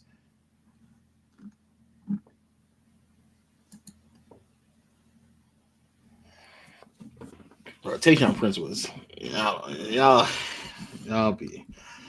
You know what, Lo? I think sometimes with defense, people don't know how to give props if it isn't like significant, like defensive accolades attached to it to validate it. So it's hard for people to co-sign certain takes because maybe the first team all defensive or the DPOYs aren't there or something like that. And I think that's one of the things people try to hang over Tim Duncan. Like, he ain't running around with 4 DPOYs like Rudy Gobert. So it's hard for, like, without the DPOYs, I can definitively say I think Duncan probably has a case to be the best defender in NBA history. You could put Olajuwon and Bill Russell in those conversations, depending on what you like, but I think he's in that conversation. I agree. I don't need a DPOY to tell me that. And also, like, Scottie Pippen. That's another name. And you don't need a DPOY. No, you don't. You'll never be better than Hakeem. You'll never be better than Ben Wallace on defense. So who's the best perimeter defender in the 2000s? Kobe. He doesn't have a DPOY though. Ron Artest does. No, he's the best. Not the best all time though. No, I said no. I said no. He said Tim Duncan will be the best all time. That's why I said who's the best perimeter defender in the 2000s? Being the best in the 2000s will mean you're the best ever. So who's the best defender in the 2000s? Kobe. Or you could argue Bruce. You saying it's like from the guards? No, just as a defender. Who's the best defender? You could say you could argue Dwight Howard, or you could argue in the 2000s. Oh, you saying from 2000 to what year? From 2000 to 2010? In the 2000s, the decade from 99 2000 to 09 2010. Well, you could argue Kobe, you could argue Tim Duncan, you could argue Ben Wallace, you could argue Dwight. But he said the question was, why would Dwight be there? Because you said from 2000 to 2010 he got 4 and Ben Wallace got 4. For what? Yeah, 3. He talking about player of the year. But Dwight doesn't have 4 DPOYs in the 2000s. No, you just said from the 2000, 2009, 2010. That's why I asked you from the 2000 to what year? From 99 to 2009, brother. The 10 years in a 10-year span. Well, why you doing it like that? Why you doing it We've been talking about the decade for the entire time. It's probably Tony Allen is the best defender of the 2000s. The point I'm trying to prove to you is that, like, bro, you don't have to have a DPOY to be the best defender. There's several players throughout decades that don't win DPOY. or don't have the most all defensive teams. All that stuff is like relative. Duncan is playing So at a position. Who your top 5? Who your top 3 best defenders ever? Ever? Well, probably Bill Russell, Hakeem, and Duncan. Can't knock that. Well, that's kind of. I don't think they count defensive player of the years with Bill Russell. Hey, look. But it doesn't matter. It doesn't matter. Even if you bro. take out Bill Russell, you got Scottie Pippen or somebody. Oh wait, so do you wait? Wait, I want to ask him this. So do you think that Rudy Gobert is like a top 3 defender of all time because he has more DPOIs than everybody else? No, but you could argue him. He's not the best though. But what's preventing him from being? If he has 4 DPOIs, what's preventing him from being the best? If this is your Jordan, logic, Hakeem. Jordan doesn't have 4. No, I said you got no. You messing my words. I said you got to have at least one to be in the conversation to be the best ever. Oh, so just one. So Marcus Smart is in the conversation as the greatest defender of all time? No, I said you could be in the discussion, but you got to have one. You can't be in the Marcus Smart has a DPOI. You mixing the words. I'm trying to tell you, we got to have a decent player of the year, at least Marcus Smart has a DPOY. So is Marcus Smart in the conversation for the greatest defender of all time? We talking wing defenders. That means Marcus Smart got a better case than Scottie Pippen. Just wing He got a better case than Kobe. I don't know. I don't know, Lamont. It's just trivial to me how we downplay Tim Duncan's career. I just say he's not the best. I ain't say he was in the great. No, You know I'm why? just saying it wasn't a sexy game. we downplay. No, because I put Dwight in front of him or Ben Wallace or Jordan. And you put Rudy Gobert above all of them. No, but Rudy Gobert. If you say a discussion and I say you are the best defender, not only just from that, I'm saying you gotta have that on your resume though, not just from defensive player of the year, but you gotta have that on your resume. So Marcus Smart and Evan Mobley Marcus Smart's a better defender than Kobe to you all time. No, bro, it's more than just defensive player of the year, but you gotta have that on your resume to be what else? consideration. Tell me what is it? What is everything? So you got to have a DPOY and what else? I mean, your team, like Lamar said, your team gotta be top 5 in defense. Your defensive win shares gotta be there. The percentage of who you stick gotta be there. Depending on what position you was, even your on ball defensive percentage gotta be there, or your run protection gotta be there. So there's a lot of stuff to value. That's Marcus Smart. Everything you just said is But Marcus Smart. that's the thing. I ain't say Tim Duncan can't be in the conversation. I say he can't be the best ever without one. So Marcus Smart is a better defender than Kobe. No, he's not better defender than Kobe. He has But then you got to factor in the all team defense and everything. No, this is Oh, just we what got happens more. when you try to use accolades. It's to a lot you determine got to that- factor. No, but a lot you got to accolades factor. don't tell you nothing about defense. So wait, I just say he need one to be in the conversation. I ain't say that's the only reason he needs to. I get that. So let me. He's still a top 5 defender. No. Let me get this straight.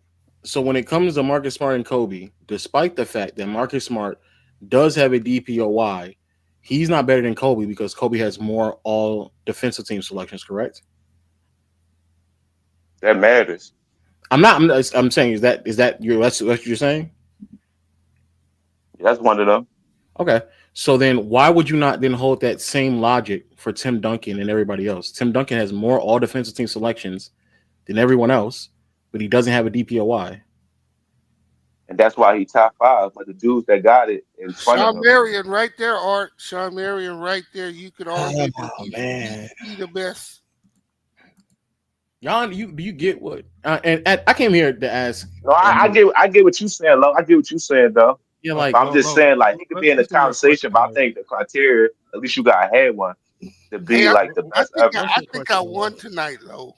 You know what I won tonight? And I know Lamont hadn't discounted Tim Duncan, but I saw Lamont putting in the work. I think I tilted his brain a little bit right there. What you mean? I've been a big fan of Tim Duncan. Oh, I know you were. I just think he's underappreciated.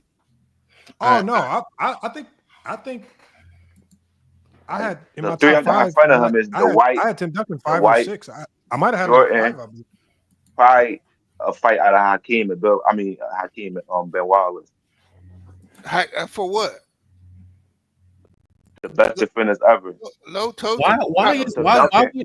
Why is Tim Ben Duncan could Wallace? be fourth. But why is Ben Or Wallace Tim ahead of him? Duncan Ben Wallace isn't because having his impact selections. his impact on defense. His defensive player, yeah, he got 4. Not too many players got 4. No, And he you won a know. championship. There's somebody else who has 4 that you keep ignoring. Rudy Gobert has He 4. just used No, Tim Duncan's but Rudy defensive Gobert team don't got the around him. playoff success Hey, or a hey, Ben hey, Wallace championship, you know had what and it he is? wasn't a part of the best the most defensive team elite ever. defensive team You know around what him. it is, Lo? Oh, You know what it is, Lo? Told you it's a lot to factor in. Because but you just keep Ben making it Wallace up as you beat go. Kobe. Ben Wallace No, beat because you Kobe. ain't y'all asking me, and I'm telling y'all more stuff. You just gotta ask me. That's all. So this is I'm the just last. answering your questions. Okay, this is the What up, last. Art? This is the last time I'm gonna ask you. Outline all the criteria. Don't like pick and choose. Let me hear every bit of the criteria, and then when we get to somebody, because technically speaking, Rudy Gobert has more. He has just as many DPOYs as Ben Wallace and more all defensive selections than Ben Wallace. But now you're telling me he can't be better. Well, it go by eras too. He in this era, so it's different from back then.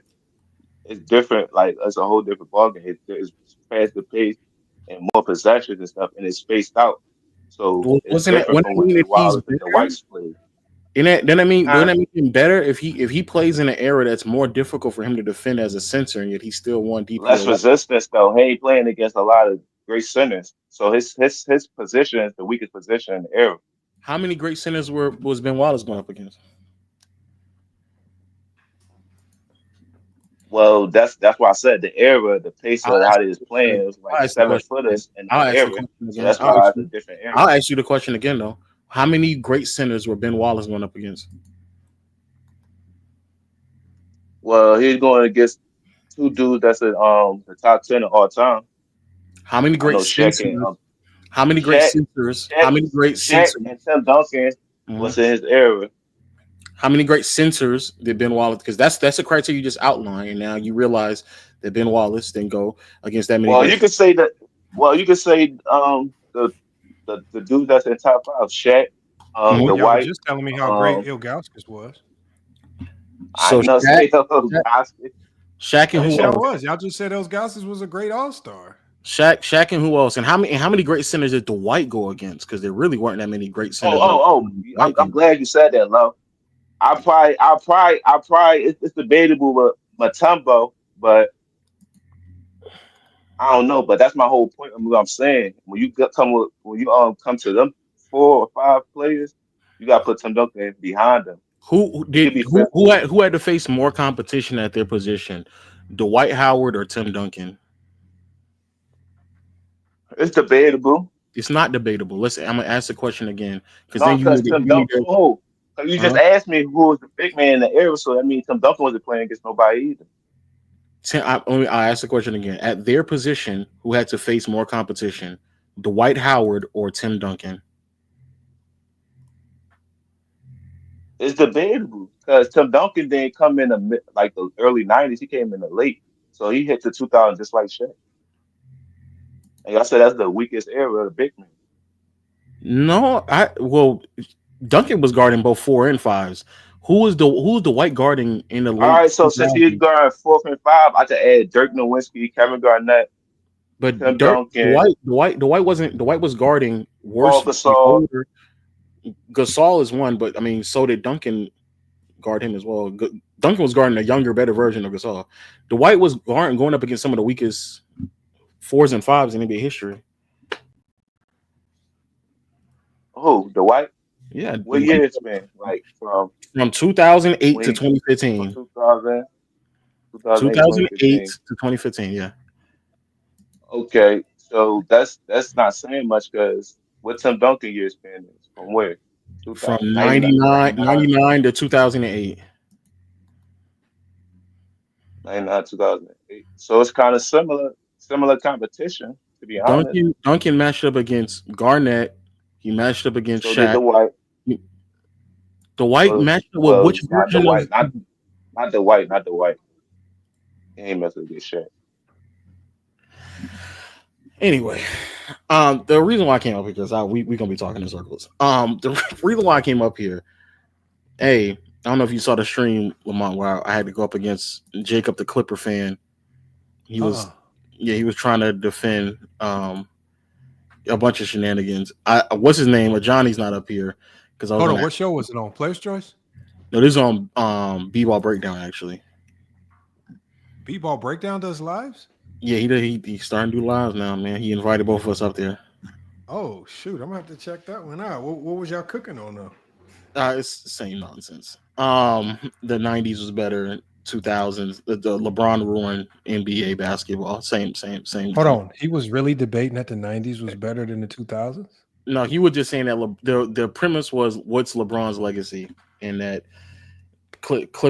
Jacob, the Clipper fan, was trying to argue that LeBron ruined basketball. That's his legacy. I was trying to get, but I don't think Johnny's here because I know Johnny got the clips. Because I need a clip of Jordan fraternizing with the opponent because I know for a fact there has to be a clip of Jordan. Oh no, he got plenty of those. Do you know there's actually even a clip of a coach mad because he went to the newspapers and said Jordan keep hanging out with our players, befriending them, and he said he feels like it's softening them up so they don't compete against him as hard. Yeah, even a coach came out and publicly complained about it. He was being so friend with other teams. Nah, Johnny got all those clips. Yeah, I know. That's why I was like, but I don't think Johnny's here. Yeah, at the end of the day, bro, Duncan is without a doubt in bare minimum. He's in Kobe convos. I don't know why y'all do this thing where Is he the best ever to you? Is he the best ever to you? No, I think Jordan is. That's my whole point. I just say he's not the best ever, but that was my criteria. You got him a deal. He was player of the year. He was the player of the year. Oh, you talking about he's the best defender of all time? Yeah, like he's the best defender of all time. Bill, I think he's in a conversation with Bill Russell and Hakeem. I think that's the combo. And that's what I was saying. That's why I said he in the top 5. But I said on my personal criteria, at least you got to have a decent player of the year because I had to put the White in front of him before I used Tim Duncan. But you would have to put a lot of players ahead of him, though. Like, why don't you have like Giannis ahead of him or Alonzo Mourning? Giannis and Alonzo Mourning, because Giannis is not the rim protector like Tim Duncan, and I think Giannis he is a good defender, but he's not the best ever, like in the top 5. He's not one of them. But what stop you? Do you hear what you're saying though? Like you have the ability to comprehend a player's strengths and weaknesses beyond their awards that they won. But now when it comes to Duncan, you're just saying he doesn't have this award, but there's several players who have that award, who have a bunch of all defensive teams as well. But you still think that Duncan is better than them. Man, you got him in the same. We both got him like top 5. No, I got him top 3 in debates with the best. I got him as at worst the 3rd best defender of all time. Like I think Scottie Pippen, who doesn't have a DPOY, is better than a bunch of niggas who have DPOYs. Gary Payton, all of them. Jaren Jackson, Marcus Smart, all of them. Every perimeter player that ever won a DPOY, he is better than every single last one of them. But the whole point is the best. I say he's the best ever, and me and you debunked that. So I said who's the best? He was talking about the Tim decade. Duncan. He was talking. No, I'm saying in the 2000s. I feel like Tim Duncan's the best defender of the 2000s. No, he said the best defender all time. Rewind. No, I said the original statement was that he's a top. All you gotta do is rewind it. Well, just in case there's a misunderstanding, my original argument is that he's top 3 all time and he is the best defender in the 2000s. Me too. I agree with that. But see, and I started this 2000 to 2010. People say Yes, Kobe man. is just automatically head and I shoulders. don't believe Duncan a top 5 defender all time, though. I don't. There go Herm. I don't though. There go Herm. I think his peak really after the 2005 season. He wasn't as elite as he once was at the 2005. Yes, that's due to the knees. due to his that severe knee tendonitis, but he wasn't as great as he was. So it was like short lived, really. A 6-year stretch, he was dominant, honestly. And a lot of it had to do with the scheme that Greg Popovich had. And you could argue and say Bruce Bowen had just as much impact as Tim Duncan on that No, Spurs you could not. defense. No, you could not. No, you could not. Yes, you can, because once Bruce Bowen left, they stopped being top 5 and went to like That's not So true. why? They were a top went 5 to like defense the 10th and entire 11th. 2000s. So why? So why? So why They didn't before? revamp till Kawhi got there. So why? So They why? didn't So why revamp till didn't? Kawhi So got why? there. So why before Bruce Bowen was there, they were still top 5? Why?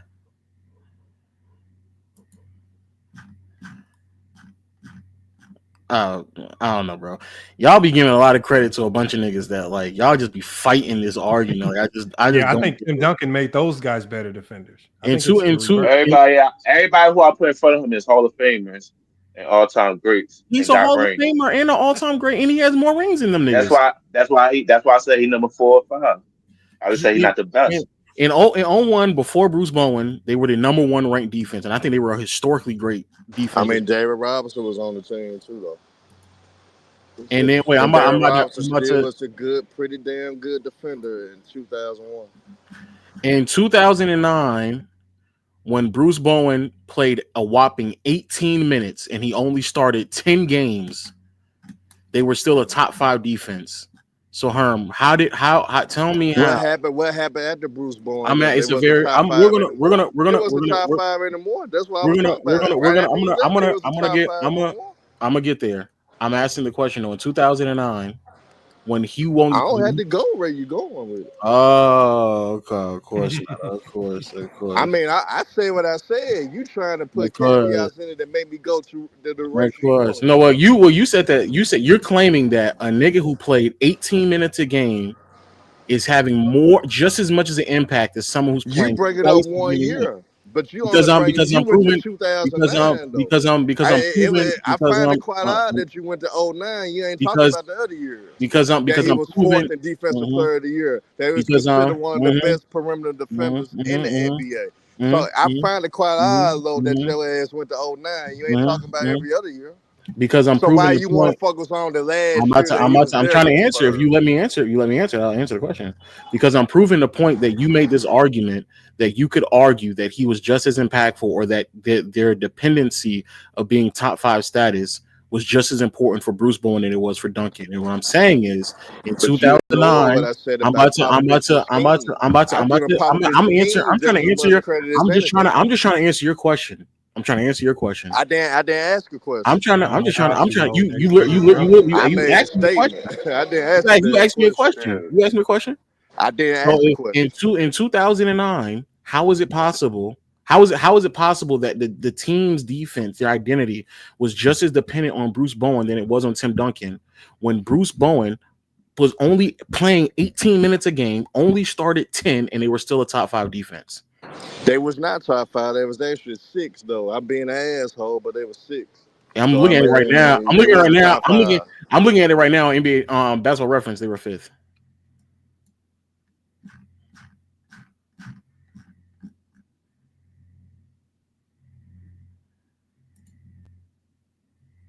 Yeah, they were 5th in 2009. They were 5th. And we could pull up the film because he don't want to answer. All right, you got it. He would guard Eric Dampier in the goddamn now he's talking about individual matchups again, like because he wasn't guarding no damn Dirk. He wasn't guarding no damn Dirk. We could pull the film, but for 2009, he wasn't guarding no damn Dirk. He was on Eric Dampier. Pull the film up. Pull the film up. In 2009, in that series, he wasn't guarding no motherfucking Dirk Nowitzki. He wasn't as great defensively as he once was. He slipped after 2005. Put the film up, Lo. Put the film up, Lo. Put the film up, Lo. I'm not even denying that he slipped defensively. Because the 09, he was getting his ass destroyed, nigga. He was on Eric Dampier. They hid that nigga from Dirk. Pull the film up. When did? Your ass can lie. I can lie, but the film don't lie, Lo. Me and you can lie, but the can I ask you a film don't question? lie. But Me and you can lie, Lo, but the film don't lie. Pull up let me the ask you a film question. in that Herm, series. let You me gonna ask you a see question. Tim Duncan on Did every he damn not? pier When because he he's wasn't on no low, he's damn he dirt. disruptive until Put you the get him. film up. Herm, let me Pull ask you the a question. film up. Strategy. This is a Pull the film up. Let me ask you a question.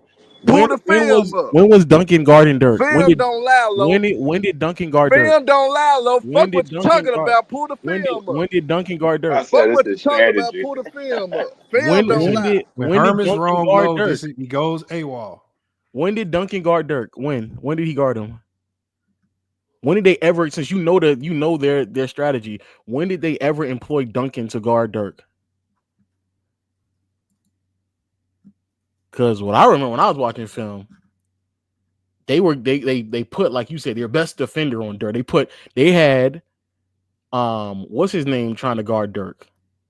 They told Bruce Bowen to go guard Dirk. Nigga, they had Ime Udoka guarding goddamn Dirk Nowitzki in 2009. They had Ime Udoka guarding Dirk Nowitzki. And in the previous series, when Duncan he hadn't slipped yet. Like in 2006, who was guarding Dirk? I'm talking about Low. I'm talking about 09, like you doing. I'm talking about 09. Well, in all honesty, Herm, neither one of these niggas guarded him. Pier, man. Hey, pull up the film, man. Neither one of the niggas guarded him. Neither one of them guarded. So what's the point? So E made the best defender because he guarded Dirk? Is that what you're saying? No, I told you Tim Duncan slipped after 05. And they match up. I agree with you, but even when that was my premise. After 05, he slipped. He wasn't as dominant as a defender after 05. And my premise is that even after I'm not denying that. That's the truth. And what I'm saying is, even after 05, once he slipped, he was still a better defender than Bruce Bowen. Because in 2009, when Bruce Bowen you talking about slipping, Bruce Bowen had already fell off the face of the earth because it was his last year in the NBA. Hey man, just pull up the film, Lo. And like Fuck you what said, like you said, man. they weren't top 5 no more. They need him to be top 5. Yeah, Kurt he was Thomas still top 5 in 09. was guarding goddamn Dirk Nowitzki in 09. Duncan never guarded Tim Duncan was on Eric Dampier. Duncan never guarded Dirk. Playing help. Duncan never guarded Dirk. He never did that. That wasn't his responsibility. He was a great help defender. He's he a never high guarded IQ Dirk. guy. He never guarded Dirk. Wasn't elite like he once was. He never guarded Dirk. He never guarded Dirk. In 2003, he didn't guard Dirk. He wasn't guarding Dirk. That wasn't his responsibility. Why do you think they got their ass kicked? In 2003? Bro, in 2003 and 2007, Duncan wasn't guarding Dirk. He just didn't. I focus on 09 like you. I mean, 2006. Why you don't want to pull up the 09 film, man? Because I told you at the 05, he really fell off at the 05. And that was due to his knee tendonitis that he had. He wasn't the same guy. So Greg Popovich changed his whole scheme defensively so Duncan would last longer so he went. So why is it in 2003 Duncan wasn't guarding Dirk? Before the knee issues. Why wasn't he guarding Dirk in 2003 and in 2006? Low, I said he slipped after 05 and 06. I'm asked. Okay. 06 he was hurt. 06. What you talking about? He was hurt at 06. So in 2003, why wasn't he guarding Dirk? But I said after 05, Low. So and I'm saying in the point I'm making. The point I'm making. Yeah, because if you listen to what I'm saying, if you listen to what I'm saying, you'll hear what I'm saying. If you listen to what I'm saying, you'll hear what I'm saying. I've been talking about 05. You want to bring up 03. If you listen to what I'm saying, you'll understand. 2005, Duncan was if you hear what I'm saying, you'll get what I'm saying. Line. If you want to hear me, then that's fine. Don't have me get ignorant here now. What I'm saying is that I'm talking about after 05, Tim Duncan wasn't the same defender anymore. And what I'm asking you, and what I'm asking you is before 2005, why wasn't Tim Duncan guarding Dirk? After 2005, but I'm asking you a different question, Herm. after 05. Herm, can you hear me, Herm? Herm, I'm asking you a very specific question. I'm saying before 2005, because the point I'm trying to make is that Duncan never guarded Dirk. That was never the scheme. So before 2005, before his knees went out, why wasn't Tim Duncan guarding Dirk?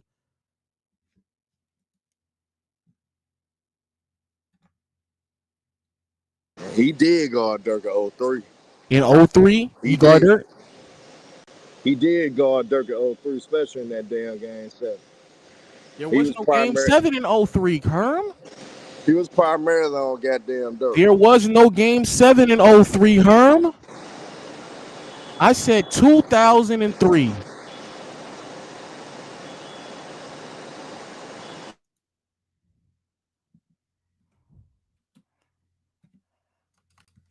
Hey, man, Herm, I thought you knew what you were talking about. It's comedy.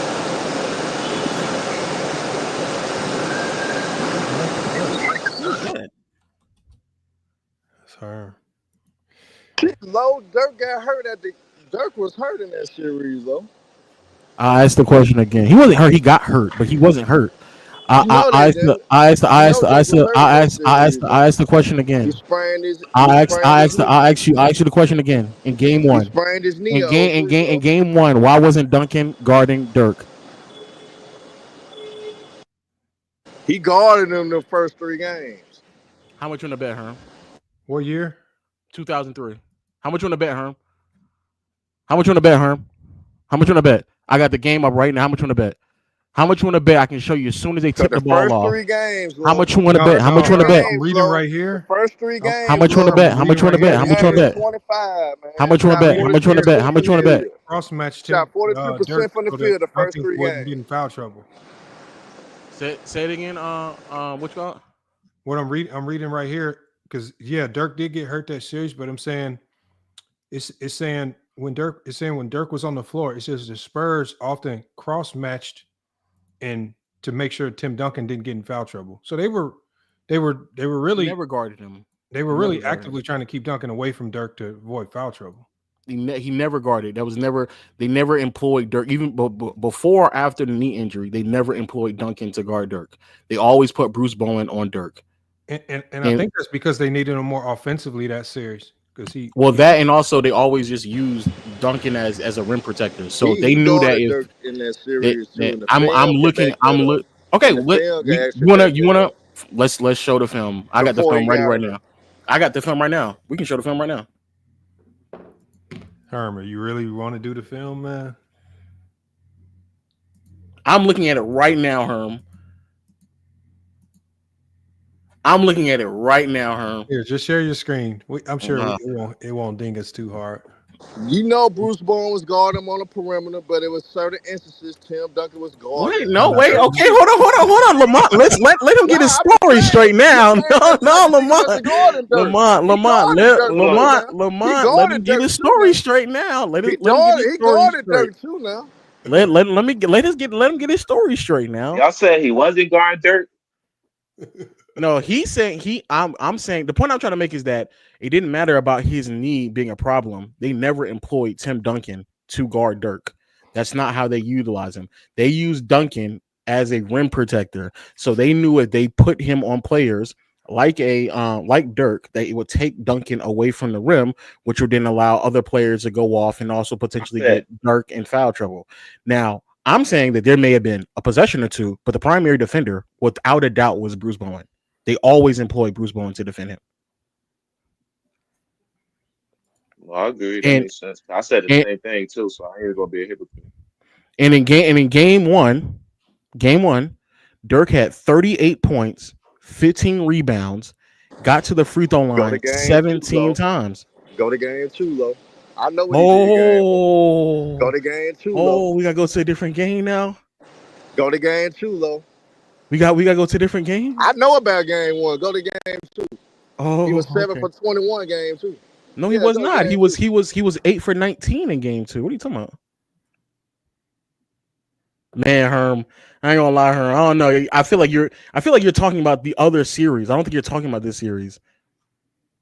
I think you're mistaken the 2006 series. But or he might be trying to talk about 2009 or something. I don't know. But the point I'm trying to make, Herm, is that they never used Duncan the way in which you were talking about. It didn't matter if his knee was hurt or not. It didn't matter if he was 100% or not. It didn't matter if he was closer to his peak or not. They never used Duncan in this way to what defend coach is players going like to that. deploy Tim Duncan on Dirk? That don't even just like the matchups when it don't even look right when I try to envision it. Like Dirk was a perimeter. He operated from the perimeter first. No, nobody would. But I don't see that. I don't even see that. If I can see on switches maybe and in late shot clock situations, but not as a primary matchup. If you see a Johnny, just let him know I'm looking for him. I need some of those clips. I got you. I'm gonna hit him up after the show. All right, bet. All right, that makes sense too. All right, Herm, man. It was a nice try though. Nice try, Herm. Nice try, man. I gotta shut. Hold on, we got H from the UK up here too. He didn't even get to chime in, man. I gotta shut this one down, man. That's crazy. It's cool, man. It's cool, man. As soon as Low heard my name, he dipped, man. He already dipped, man. It's all right. My bad, H, man. I was letting Low Cool, cook. man. Herm, I know you want to save the superstar, man. It's okay, man. You keep on doing it. How you been though, H, man? I ain't seen you in a minute, man. Tim Duncan fell off at the 05. I don't give a damn nobody. That's the reason why he not a top defender. So that debunked that argument. But yo, man, keep on doing your show, man. You and Johnny. Nah, LeBron H, James you gotta come coming check now, us man. out on TikTok, man, because I'm starting to transition over to TikTok, man. So Yeah, yo, it's you want that LeBron James propaganda? That's the place to go, man. I hear you, man. Nah, I don't really have Hey, LeBron propaganda. ESL6, they so damn dumb. That's why I was telling them, man. After 05, Duncan was getting cooked, man. He wasn't the Nah, same guy it's cool. defensively. It's After cool. It's cool, 05, he man. wasn't. We That's already all I had was this saying. debate, They man. try to bring We up already years had this before debate. Herm, Low ain't here no more. It's over with, man. He's gone, man. We already had the debate, Man, man. I don't But yeah, give a keep on doing damn. your thing, man. On TikTok, keep on doing your thing. Definitely. I hear that, man. How many videos you got now? We're on TikTok. Yeah. Oh, probably Seen the nigga wasn't gonna pull no film up. I know that. He wasn't gonna pull the film up. It was just I had an opportunity pop up over there that I couldn't pass up. So I've been really over the last couple of weeks been focusing on my TikTok content. That's why I haven't been live as much, but I'm gonna try to balance it out a little bit better once I get a better posting schedule for TikTok. So what do you do? Is it you talking or is it clips or No, it's me. what? So it's the main focus is 1+ minute videos, sports related, super high quality edits. And so the main thing is that's what I'm focusing on. And I believe that they want the videos to be over 1 minute because they don't want people doing like the duets and the stitches, and the same content gets flung around TikTok over and over again because everybody wants to react to it. It almost looks like they're trying to clean up the platform, like with this focus on quality. And so when they reached out, I to be honest, I thought it was fake when I was contacted. I thought it was fake, and it's definitely not fake. So, TikTok's a good place to kind of promote that stuff, definitely. Especially if you get the 5,000 subs, and then you can open up a shop. I'm proud of Lamont. Oh no. They like I think with the program, they unlock everything for you. Okay. Without meeting no thresholds. So the beauty of it was with me, like I hadn't before I started posting on TikTok, I think I might only have like 100 followers. But I mean, with this opportunity, shoot, and just go into my account one day and literally everything is just wide open. It's just like, okay. What's the channel called? FYF? Yeah, it's just FYF. It's the same thing. And even now, I've done a few live streams over there, which I actually don't mind the live streams over there because I don't go live as long. Like, so I can just really get to my point and get out.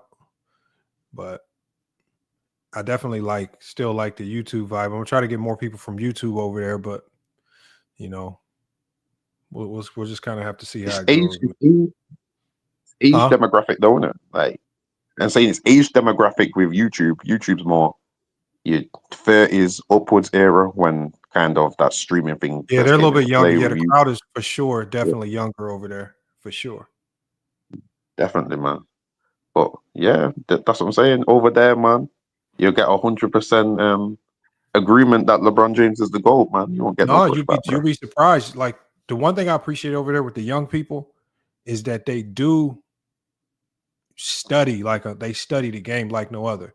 And you'd be surprised. Like it's probably split down the middle 50-50.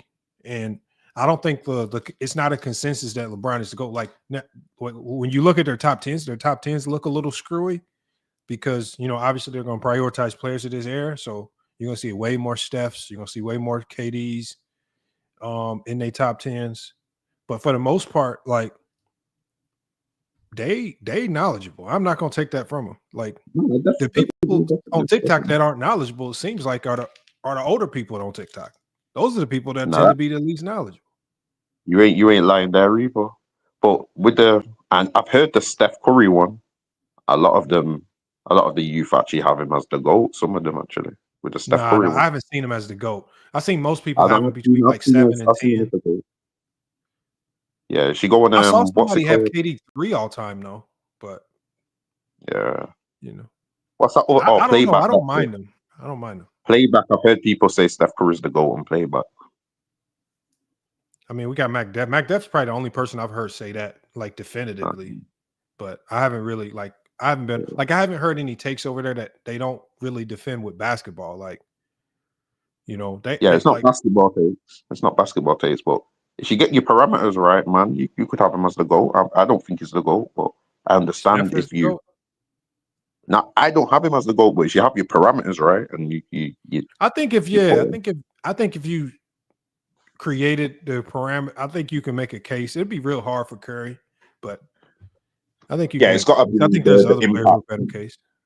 Yeah, it's got to be the impact of changing the game. You got to put a lot of weight on impact. Yeah, definitely. But the GOAT thing, man. I've already said it, man. Give it 5 more years, man. LeBron's definitive the GOAT, man. It's just. Bro, I'm telling you right now, I got a funny feeling, man, that when Jokic finishes his career, he's gonna have one of the craziest resumes in NBA history. Really? Okay. I just think if Jokic, imagine if Jokic plays another 10 years and his game is not relying on speed or athleticism. Like Jokic can literally pile on so many accolades and stats and milestones, and he's already sitting at 3 MVPs, and he should have 5. I hear you, but the problem with Jokic is people don't really like him. That's the problem.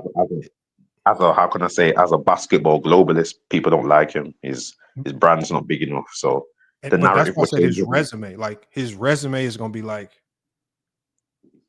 I don't know where you might rank him, but when he's done playing, if he continues on this trajectory, him, Giannis,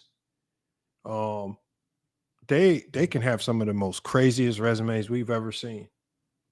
No, I agree with that. Jokic is cold. He could play and I'm kind of worried about the league next year because they done messed around and gave Nikola Jokic all types of new weapons.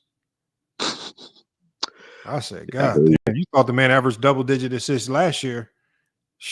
Oh my God! Nah, they could have kept Russ though, man. I don't think he wanted to stay, but I would have kept him, man.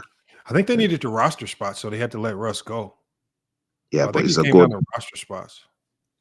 One thing with Russ, what I've noticed throughout all his career is that if he's not the best on the court, at least in the locker room, he's a high energy, positive guy. He holds people accountable. So sometimes you need that. You know the team I think should pick up Russ that it will really benefit them is Orlando Magic. Okay. I think they're a young team that needs a leader. They don't really have a definitive point guard. And if there's any player that can just put a spark in them, I think Russ could really help them out. But I hear you. How the balls to pull the trigger, but I would love to see that. I would even love to see Russ go back to OKC. Nah, I think that boat sailed, man. But the Magic's a good pick, definitely. Yeah, I'm not messing anything up. If I'm the OKC coach, I'm not changing nothing at all. Yeah, but they're gonna be hunted this year, man. They got a target on the back now. So yeah, and then they start the year without J-Dub. Because of the wrist surgery. Who you got winning it all, man? Just off year? face value. Yeah, just off face value. Just off face Bro, value. just off if all things stand, if everybody stays healthy, I gotta say Denver. I got to. Okay. It's hard. Like I just know, like Jokic. Yeah. I just gotta say Denver. They got too much talent. What you They talk about put the too many Clippers? perfect pieces around Nikola Jokic. Yeah. The You Lakers said added what you some think about the pieces, but they're Clippers? not perfect pieces. Denver added literally perfect pieces. Yeah. For an 8-man rotation, yeah, definitely. Houston can be some problems for certain matchups. But I don't know if I'm worried about Houston as much as I am Denver. And I feel I put Houston and LA kind of in the same boat. I feel like everything has to go perfect for them to make a run. Like perfect matchup, injuries, but obviously you got OKC, but It's different though a bit with Houston though, because overall they're a defensive minded team, but now they just brought in probably the most automatic bucket ever. So I just don't see how they. Go on, bro. I'm just trying to picture in my head. I just don't see KD being able to score enough to outdo the production of Nikola Jokic. Okay. If let's say they matched up, like I just don't see his scoring being more impactful than everything. Jokic's rebounding, assist, and scoring combined, and I think that's what was hurting KD in Phoenix, because he just wanted to go be a scorer there, but all their three of their best players, that's the only thing they wanted to do. They only wanted to be scorers. But that's the beauty of it, Nobody though. wanted to take on another role. That's the beauty of it, though. At Houston, he can just be the scorer now. Yeah, he can. You got a man who can do all the versatility stuff. If you want a man to get double digit. I forgot about him, man. Damn. Yeah, exactly. Man. He's gonna step up, man. He's gonna step up the next year, man. You're gonna see a leap from him, man. Udoka's really one of the underrated coaches of the league too. He's one of the underrated coaches for a long while, actually, to be quite honest, man. He knows what he's doing, man. Definitely. I've got I've got Orlando Magic's gonna surprise a lot of teams. I don't think they're gonna win it, but they're gonna surprise a lot of teams. But I just don't like if they got a point guard in there, if they ever got a point guard, I would feel good about it. They just don't have a point guard. You don't really need a point guard at this NBA though. You don't really need one. Their team does. Like the way their team is built, they kind of do. Because to me, they're kind of built like Minnesota. Okay. And you like Minnesota, and we see how reliant they are on Conley. And Conley was old as hell. And they were really relying on Conley to keep things organized. So that's what I'm saying. It's just like when you build a team like that, like you can't ask Banchero to be your point. You can't ask Wagner to be the point. That's why we disagree with the second person. You think Wagner could be the point? He could run an offense.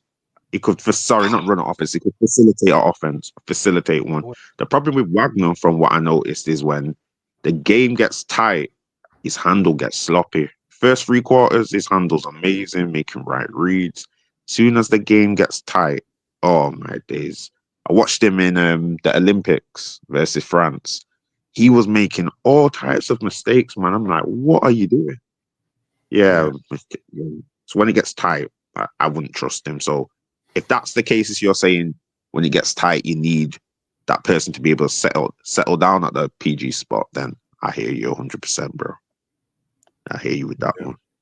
It would have been crazy if Chris Paul would have went there. He would have almost been like the perfect prototypical player that would have made everything work. I hear you, but people don't like Chris Paul, man. That's the problem. He's just old, yeah. And he's hard on young players. That's what I mean. They don't like him. It's hard on young players. They just don't like him. But he's definitely the right mentality to have. Milwaukee Bucks might surprise people as well, man. People think like they're done. They might surprise people, man. I think they are. I like Giannis. I like the double big look with Giannis and Miles Turner. I do like that. I mean, the East is up for grabs, though. The East up Yeah, for I grabs. agree. I agree. It's up for grabs. That's what I'm saying. I think it's up for grabs, man. I just think that it's Cleveland. I think Cleveland's still the best team in the East right now. I don't think it's up for grabs. I think Cleveland can stomp through it. But can you trust them to make a deep run, though? That's the only thing with them. Yeah, but I mean, last year they got injured. They just kept getting injured. Right in the playoffs. Yeah, Lamont. Yep. Lamont, I'm not gonna lie to you, bro. When your backcourt is was a big loss for them. when your Hold on, what you backcourt's say? man than your height, man, I don't think we're going that far, man. No, isn't that nasty work, man? Garland and Mitchell. That's Yeah, man. It's only going so far, man. Yeah, 6'1" and 6'1", man. Yeah, it ain't going that far, bro. Yeah, sorry. Yeah. Tough, man. But look, you know, I mean, really, for me, my eye's gonna be on the West. I think those are gonna be the fun games to watch. Yeah, ain't nobody really trying to see Eastern Conference play this year. They've been boring anyway. Nobody wanted to see Boston play that shit. They're boring. Pacers probably made the East better than it was. The Knicks, Detroit actually, to me, had some of the best playoff games last year. So Detroit Hey, Lamar, I'm gonna make a bold prediction now. I think the Pistons gonna make the conference finals, man. Yo, get out. No, Herm, I'm with you. I think Kate Cunningham. I think after next year, Herm, I think Kate Cunningham's going to easily be a top 10 player in the league. I agree 100%. I agree. Because think Yeah, about it, you a lot man. of the point guards getting older, so he'll be coming right on at the right time. LaMelo, he's been inconsistent, unfortunately. It's wide And open for him to take it, though. and Jaden Ivey coming back too this year. Yep, it sucks that he got hurt too, man. I think Devin Booker would have been a good fit. But H for the UK, for some reason, I just got a good feeling Detroit making the conference finals, man. Philly, Nah, man. you can't bro. trust Oh, Philly. Philly, don't sleep on Philly. You can't Nah, trust yo, Embiid's done, man. I gotta know what's done, going bro. on with Embiid, Lamar. We gotta know what's There going you on go. with Embiid, though. That's what we gotta Yeah, figure out. but right now, Herm, we're just if we're just going with the thought process that Embiid can play, I gotta. Yeah, but he's not even ready for.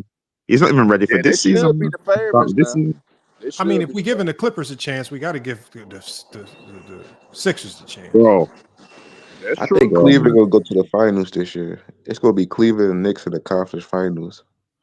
Bro, the Nah, Knicks I'm high on the Knicks, definitely. I'm high on the Knicks. I'm high on the Knicks. I don't know. That's why I think Detroit gonna mess some things up. Jordan Clarkson's a big pickup for the Knicks.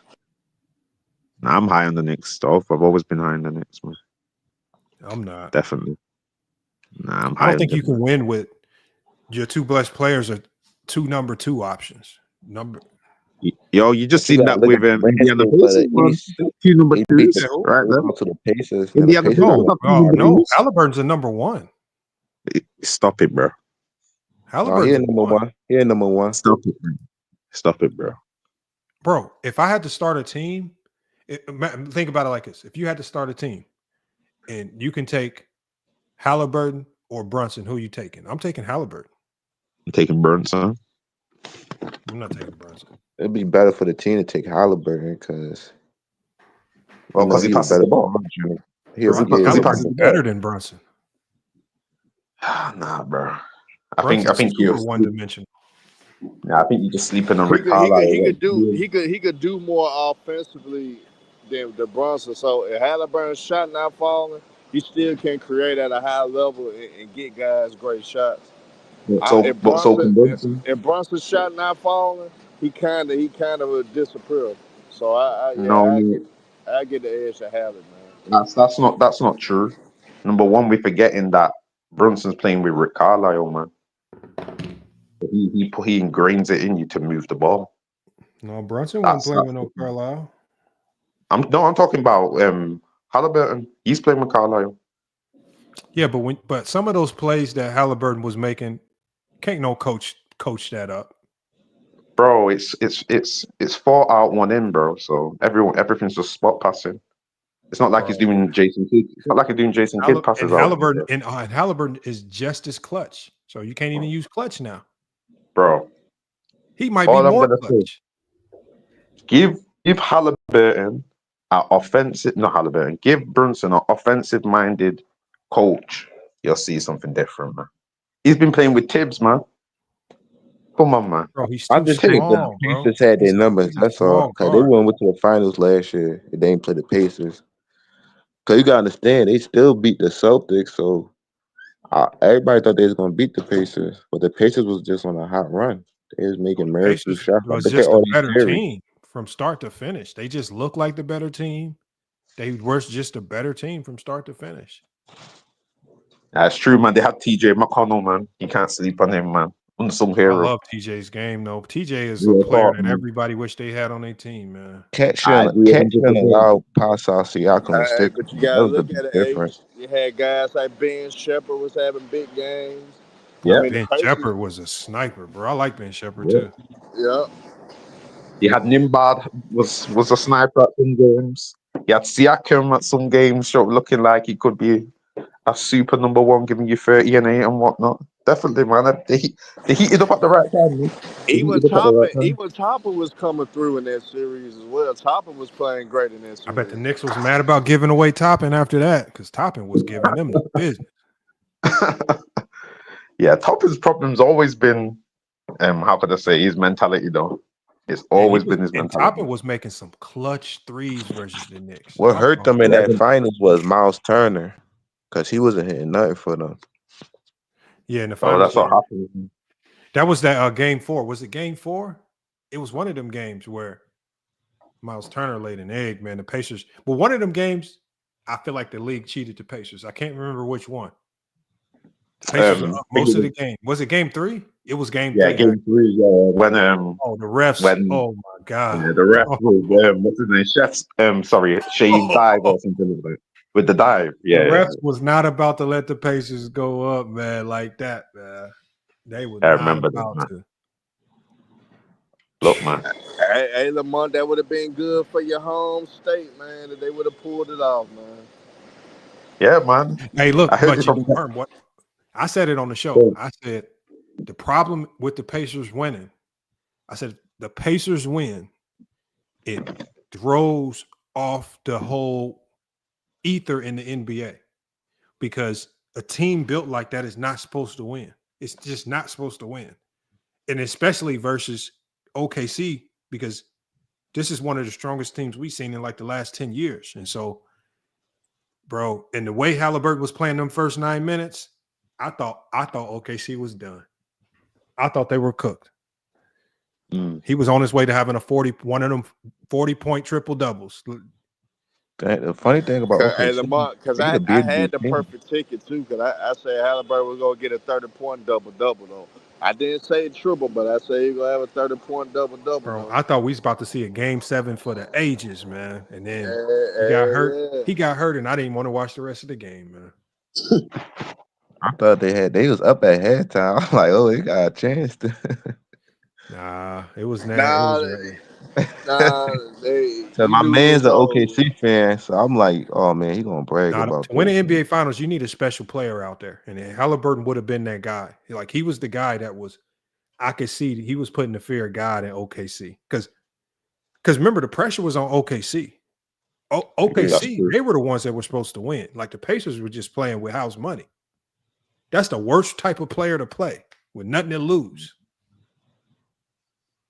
I just feel sorry. I just feel sorry for the NBA though, because the Thunder, they're not going anywhere, man. They gonna be able to do some things in years to come. And it's gonna be too tough for teams to deal with, man. The Thunder just got too many assets, man. It's crazy, man. The only thing that can hurt the Thunder is they get in their own way and they start overthinking stuff.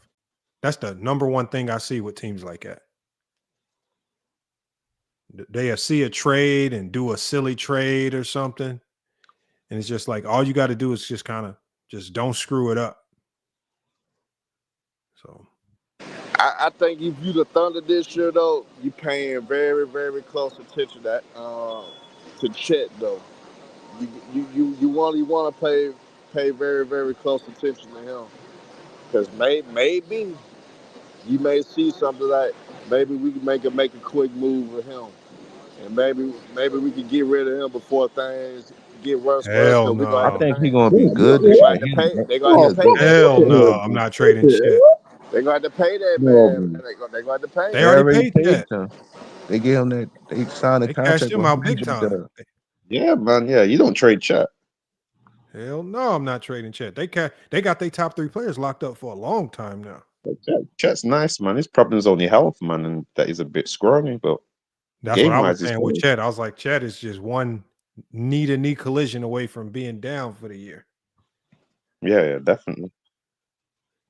So, but I think that's why they simplified this game, though, isn't it? So he didn't put himself in them situations because He's always he's I've valuable because he a good rim protector. yeah, but I've watched him off court, man. He can do more than just rim protecting, man. Right. I think he's gonna be in the more in the offense this year too.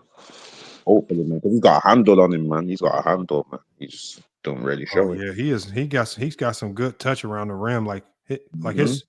his 1-2 combos around the rim, like when he's making that quick dribble penetration move, he like bigs can't guard him. He'll hit him with that spin move. Like his 1-2 combinations are pretty strong for the guy that size. I think he just gotta get stronger. Yeah, but it's just what Lamont said as well. And you see, when you got those, I don't think he could ever put weight on his legs, man. On his lower extremities are too. I don't see them getting bigger anytime soon. So I I see think what with Lamont him, you can't try to put weight on him because I think a guy like that, when you start trying to pack too much weight on, Not like too he gonna big, start like having how knee Steph issues and all that. like how they got like a little stronger, not like stocky. Just put a little more muscle on. Cause it's easy to move him out the way. It's it's tricky when you're dealing with guys that are 7'4", it get real tricky. Yeah, you're right. You're right. It get, like sometimes if they just build skinny, just let them be skinny, man. Because remember, 1 pound, one additional pound, from what a doctor told me, is 1,000 additional pounds of pressure on your knees. So no matter what type of weight you pack on, like you don't want to throw nothing off balance. With a guy that tall, you know everything already off balance as it is. Like I'm not trying to do anything that can screw them knees up or them ankles up. Yeah, that's why Giannis is an anomaly, man, because he packed on a whole heap of muscle. And he's looking better than ever, man. Bro, I you mean, know there's another 7'5" guy coming out of France, Oh, really? and he looked better than Wemby. What's his name, man? I forgot his name. I just saw the video. And he's jumping and his shoulders are at the rim. Yeah, boy. Africa's coming, man. Africa's coming. But that's the team. That's the team to watch too. The Spurs, man. Are they gonna take that next step, man? Bro, the Spurs would be the easiest team to coach ever, bro. Wemby is like the biggest cheat code in the world, bro. Yeah. I hear you, but I've had this debate before. Sometimes you just need to keep the game simple. I would love to coach Wemby. I hear you, but don't you think he sometimes overcomplicates the game? No, bro. If I got Wemby, I'm killing everything in sight, bro. Bro, Wemby shouldn't be taking 9 threes, bro. Yes, he should.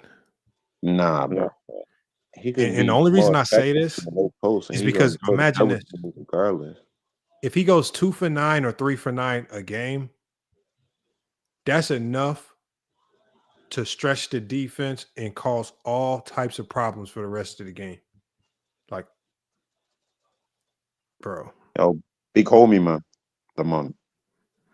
Who's a better shooter, KD or Hey, but hey, that 2-man game between the potential of the 2-man game between him and Fox, man, that's gonna be hard to deal with, man. That's gonna be hard to deal with. And you got to realize every shot Wemby take is open. It don't matter if you there or not. He open. No, man, KD doesn't even take 10 threes a game. And he's way better shooter. Yo, man. Spot your game off KD and move like I think they're gonna be one of the highest scoring teams in the NBA, though. I think the Spurs gonna be one of the top 5 offenses in the league. But you're high on them, man. You're a lot higher than what I'm on. Bro, Wemby makes them a top 3 defensive team just being on the court.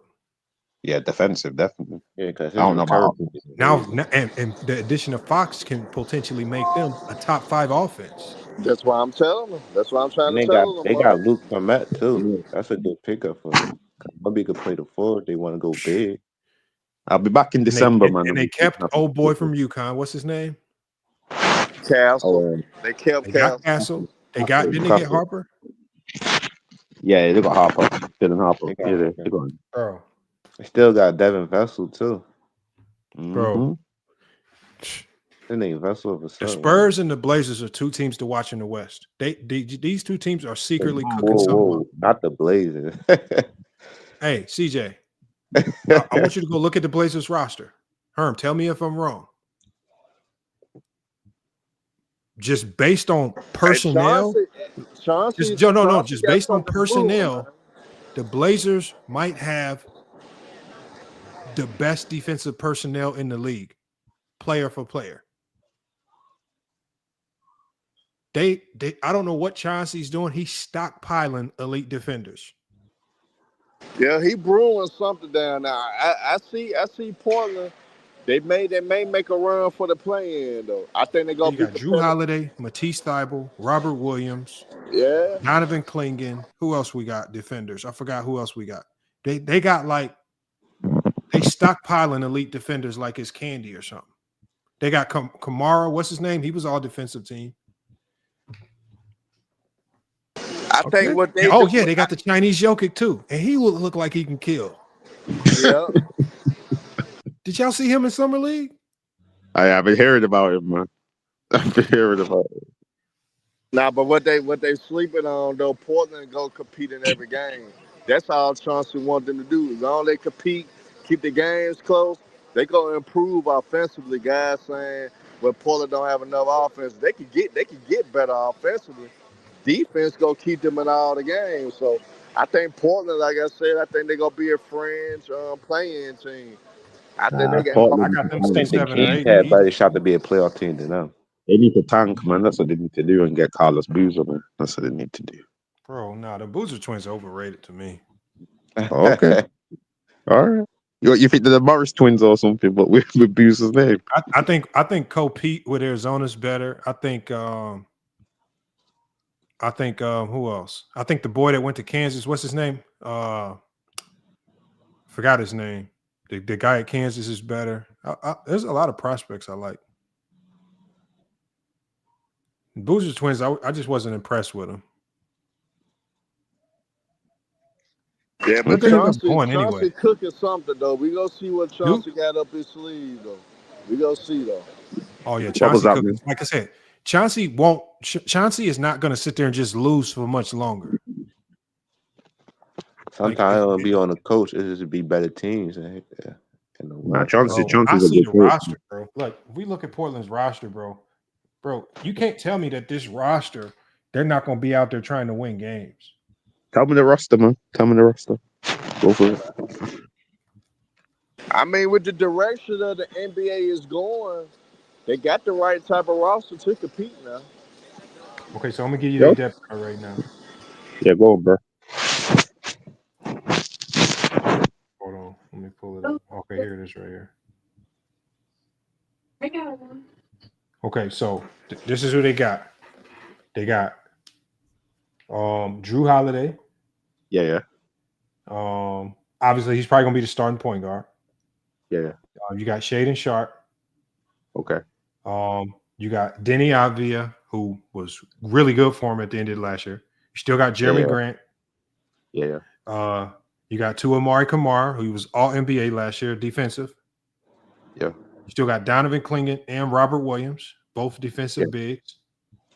You got Chris Murray, who's solid. You got Matisse Thybulle, great defensive wing, and he's making his threes now. Yeah. You still got Scoot Henderson, who was a lottery pick, who's started to get better towards the end of the year. Yeah. And that's what I think right there. That's the squad. When you start looking at Drew Holiday to help steer the ship, you got Jeremy Grant, who's a vet now, who's solid. You got Kamara, who's one of the best defenders in the league. You got Shaden Sharp, who is kind of your wild card scorer. Denny Avia is your do-it-all. He can come in and give you 20, or he can give you 10 assists. You still got Chris Murray, who's solid. Robert Williams, he could be your backup big or your starting big, but both of their bigs are defensive. Blake Wesley is solid, just underrated because nobody knows who he is. Jansen Hang is probably not going to play much, but he's there. I don't know, man.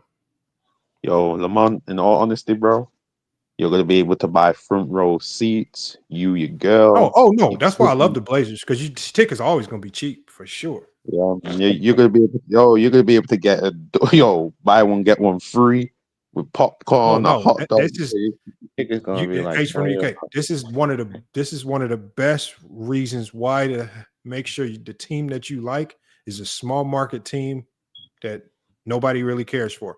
You can sit courtside. You can buy courtside tickets for about $250. So you people thinking you spending big bucks on courtside tickets, you're not. You know what I'm saying? I'm talking about feet on the wood. I'm talking about you going to the back eating with the big dogs from the buffet. Hey, Lamont, I got a question. Is it a possibility Dame may come back in April? Nah, Dame's sitting the whole year. They're not risking it. There's no They would be silly to even try to force that. Wait till next Dame year. getting his EP ready for this year, man. He's got his EP ready already, man.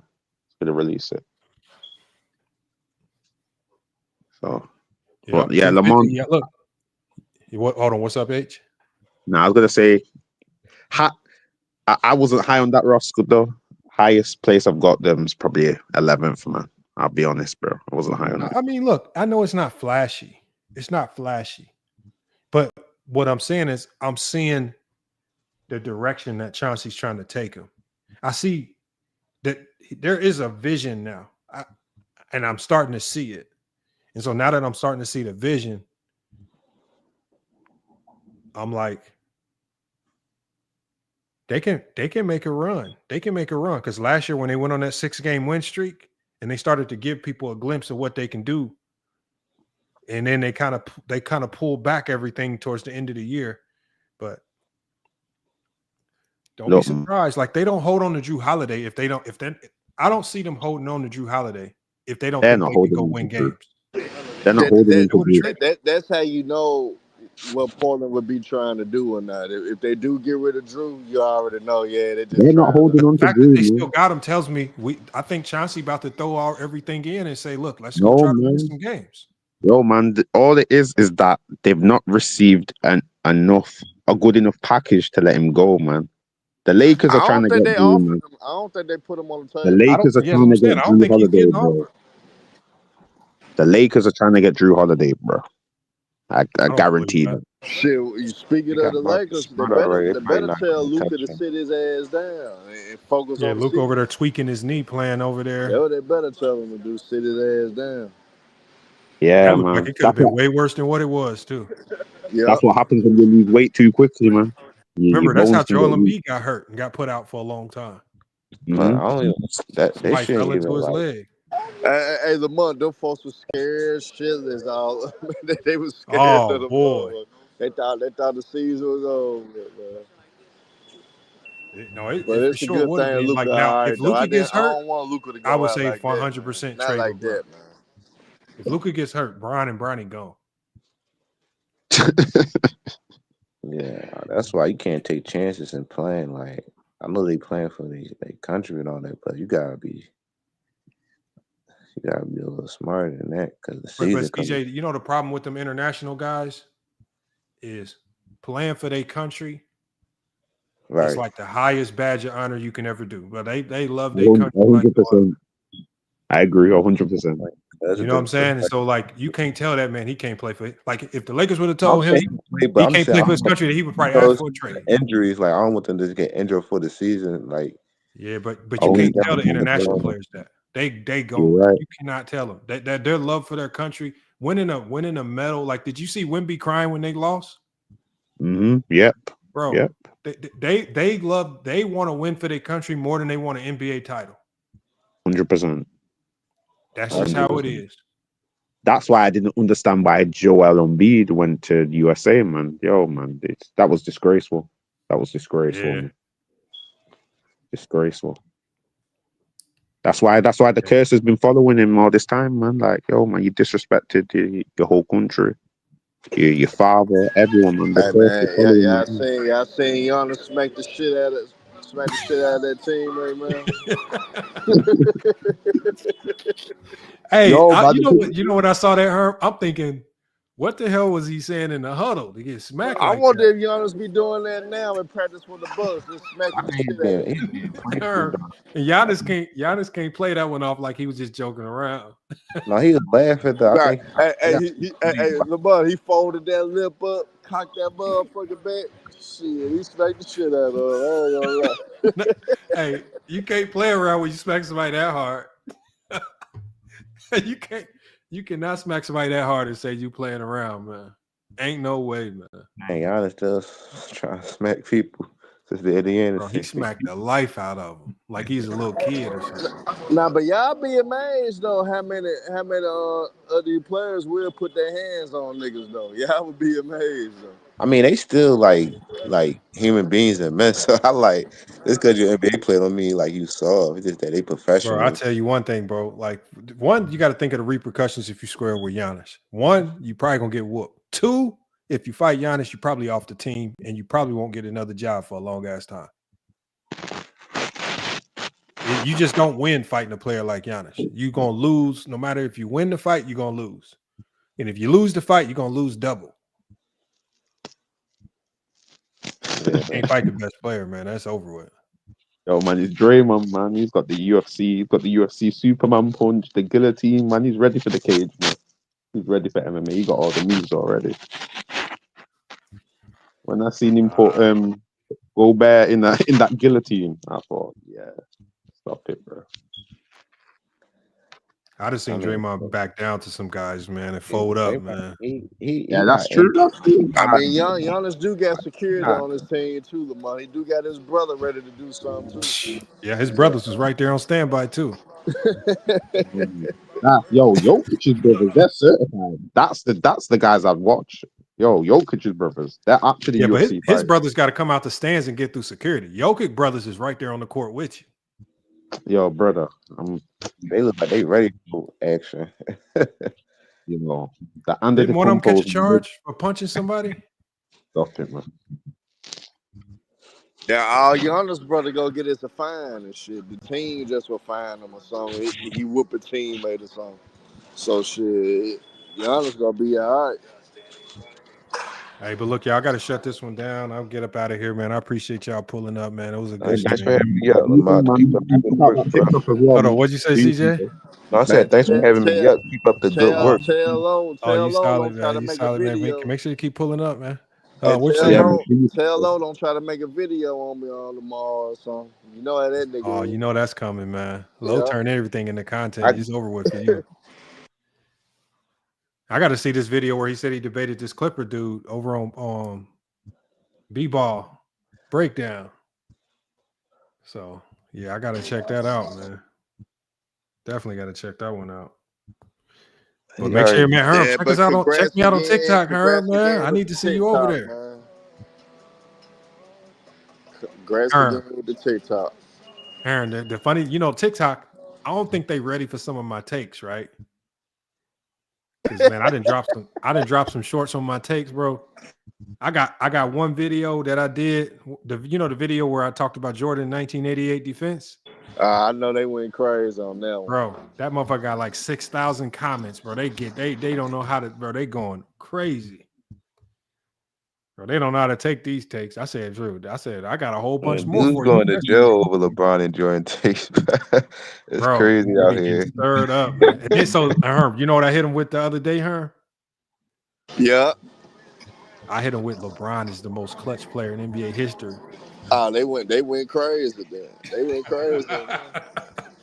They went crazy on that one though. But that's what content is about though. You gotta get people to engage. I'm understanding the content life more and more. More and more I come on these streams and listen to you. I understand like the angle of it. Yeah, you got to go get them riled up, man.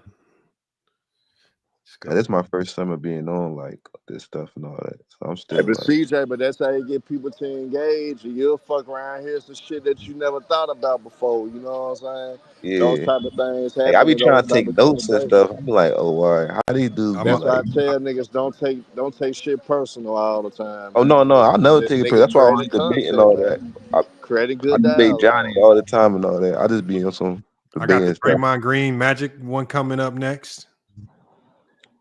What like I like that one. better passer or like impact on their Oh no, team? I said I said Draymond Green is just is Magic Johnson without the flash. I mean, but Magic could get buckets though too. Draymond could get buckets.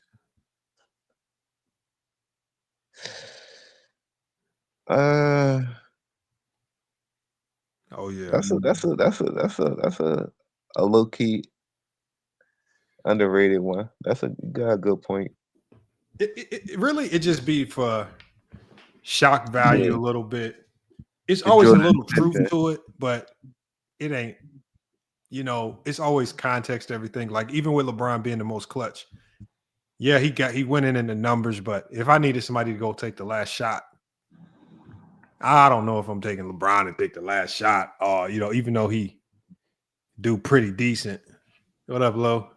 I should have known you still on here, but I just want to let you know I finally got to see the 81 finals with Bird. Big Bird, man. Did he fold? Yeah, he folded, man.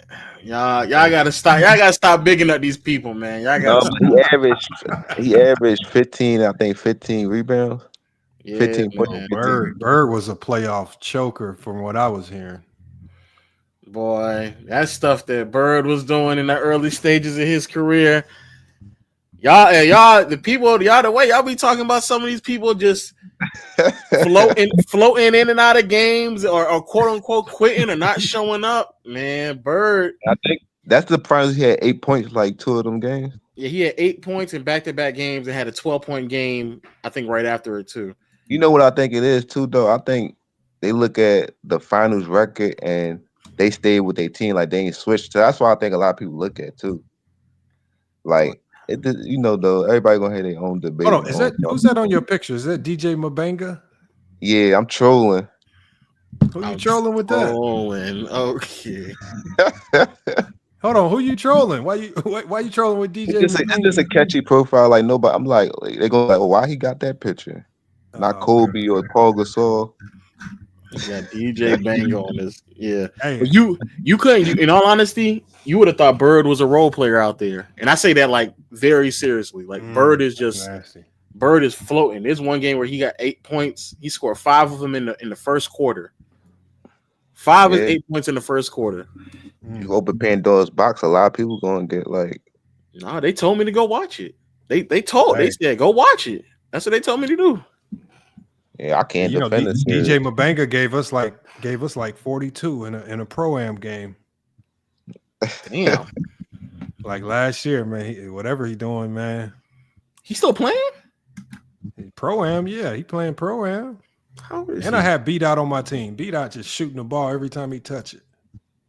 I was gonna put Jordan Farmer up there, but I'm like, no, I'm gonna put DJ. At 44, he gave you that? Man, that's tough. Bro, I'm telling you right now, when I joined this team, right, my first game, because I joined in the middle of the season, they was like, yeah, we only got 5 guys. And I walk in the gym.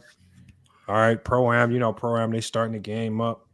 Everybody already on the court, man. I throw my jersey on, I'm suited up, and there's only one guy unguarded. He's like this big 6'6" light-skinned dude, but he looked old. So I'm like, he wasn't nobody guarding him. So I'm assuming, all right, I guess I got him. This motherfucker, bro, his first shot, face up 3, just knocked it down smooth. And I'm like, okay. Bro, they go to him again on the next play. They just going to him play after play. And I'm playing good defense. And I'm like, God damn, this motherfucker making some shots. Tough. This motherfucker, he's an NBA guy. Tough. Then he disrespected us at the end of the game, Lo. This motherfucker subs himself out for his 8-year-old son. He a champion for a reason, man. Disrespected us, man. Damn. That shit made me want to stop playing. I said, "Oh shit." It sound like us buckets. When you NBA gonna guys are on another level. Like anybody that be pretending like they can give NBA guys buckets, even old NBA guys is gonna fuck you up. Like the game, they just too good, man. Bro, I saw Jose Alvarado play in real life. like standing right next to him. I was like, bro, this is a speed I didn't even know existed. I was like, this shit is fucking ridiculous, bro. Bro, I did that with Jeff Teague for the first time. When I guarded Jeff Teague for the first time,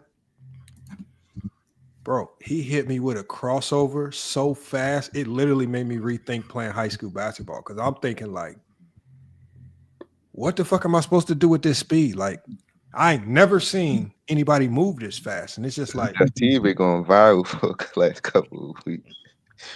You talking crazy. Teague and his brother. No, Teague and them, they be hen. It really be B hen. You from Indiana? Huh? You from Indiana?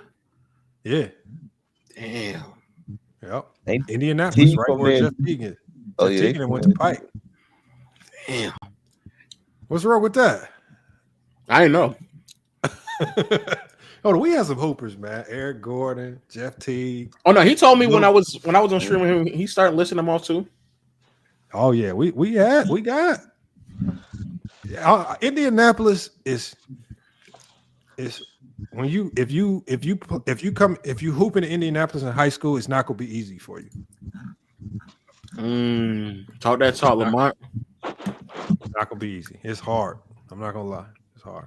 Talk that talk. Conley and Greg Oden on the same team in high school. Cheat code.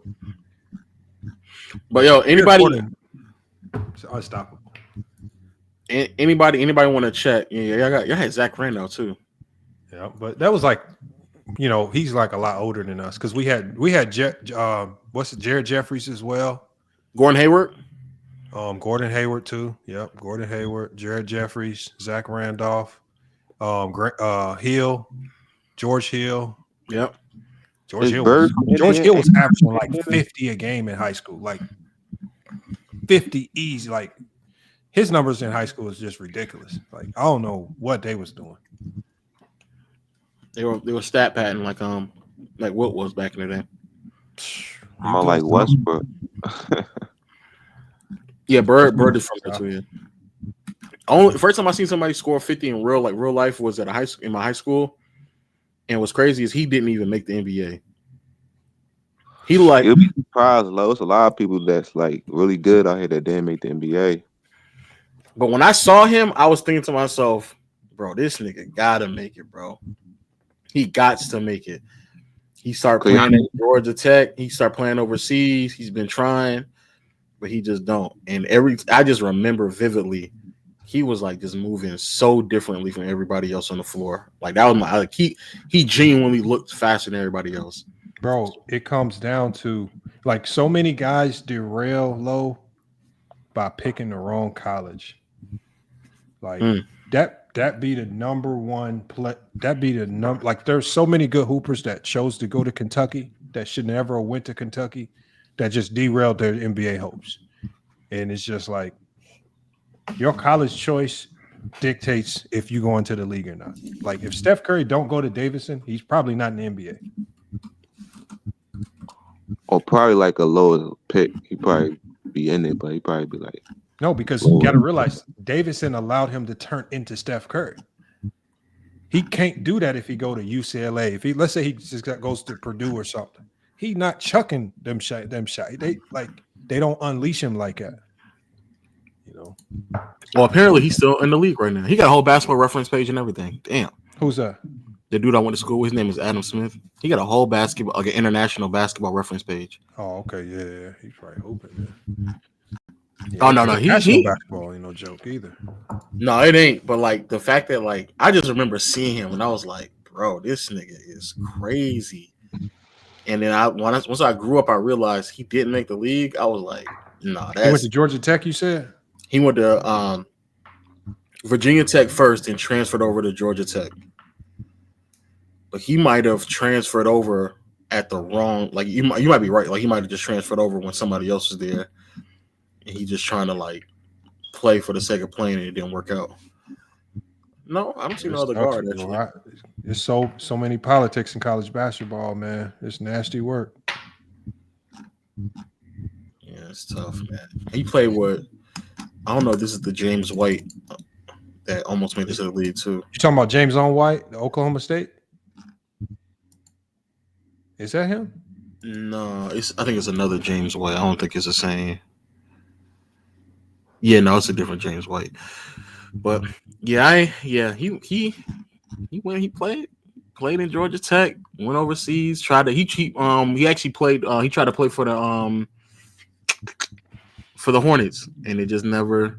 He tried to play for the Hornets, he tried to play for the Jazz, and it just never worked out. And he was a sharpshooter too, even in college. I'm looking at right now. He was taking 7 threes back in 2016, making 41% of them. Still didn't make it, bro. And you would have thought that was a shoe-in to get into the league. Yeah, man. Then he went overseas. He got some years in overseas where he's shooting 50% from 3. Still didn't make it. That's crazy. How tall is he? He's short. That's the reason why. He's 6'1". You say he shot what from 3? He has a overseas. In 2022, he shot 50% from 3. The year before that, he shot 41. The year before that, he shot 42. The year after that, he shot 43, 41. He has like a stretch where he's just shooting like 40%. I was talking to Fluent the other day on the comments, and Fluent was talking about like it factor, and I was like, Fluent, bro, you can say all this it factor stuff that you want, but I said if a guy walks in the gym and he's 6'9", 220, and can jump out the gym a 38-inch vertical, if all you got is it factor, you gone. Your spot is gone. You playing that same position. Like that it factor don't do nothing if you ain't got the skills and intangibles to match. Like you can have all that you want, man. I was like, bro, you gotta have, like the NBA is, bro, you gotta walk in the door different. You gotta look different. It's crazy. Damn. All right, y'all. Lo, I gotta shut it down. CJ, I gotta shut it down. I gotta get up off here, man. It's late for me. I know it's late for y'all. Y'all not on the West Coast. But, All right, bet. Good work too, Lo. I'll be watching your stuff. I'm gonna hit Johnny up for you as soon as we get off here. Yeah, let him know because I was just looking for those clips. All right, I got you. All right, y'all. Appreciate it, Lo. Appreciate it, CJ. Salute y'all, man. FYF Sports, man. Another great podcast episode. We're gonna be back, y'all. We're gonna be back with more sports and news. Salute to everybody pulling up. Salute to Glenda Roberts. Salute to y'all pulling up late, man. Appreciate y'all. But we're gonna shut this one down, man. Make sure you go check us out on TikTok. Let's just look up FYF Sports Debates Podcast on TikTok. Make sure to follow us. Make sure to check us out. Check out all the content. Make sure to pull up to the lives over there. Like I say, we're gonna be doing a lot more over on that platform. We got some new videos dropping over the next couple of days. Y'all gonna love it all. But look, y'all, man. Again, make sure y'all check out Johnny Goat James Kingdom. They're gonna be live tomorrow, Sundays and Fridays, man. They got a hellified show. They show Friday just went over 20K views, man. So you know it was some fire there. So make sure y'all keep tuning in, keep supporting the shows. And we're gonna keep this thing rocking. But y'all, let's look at FYF Sports, another great podcast episode. We're gonna be back with more sports and news. Until then, man, it's FYF Sports. And we out.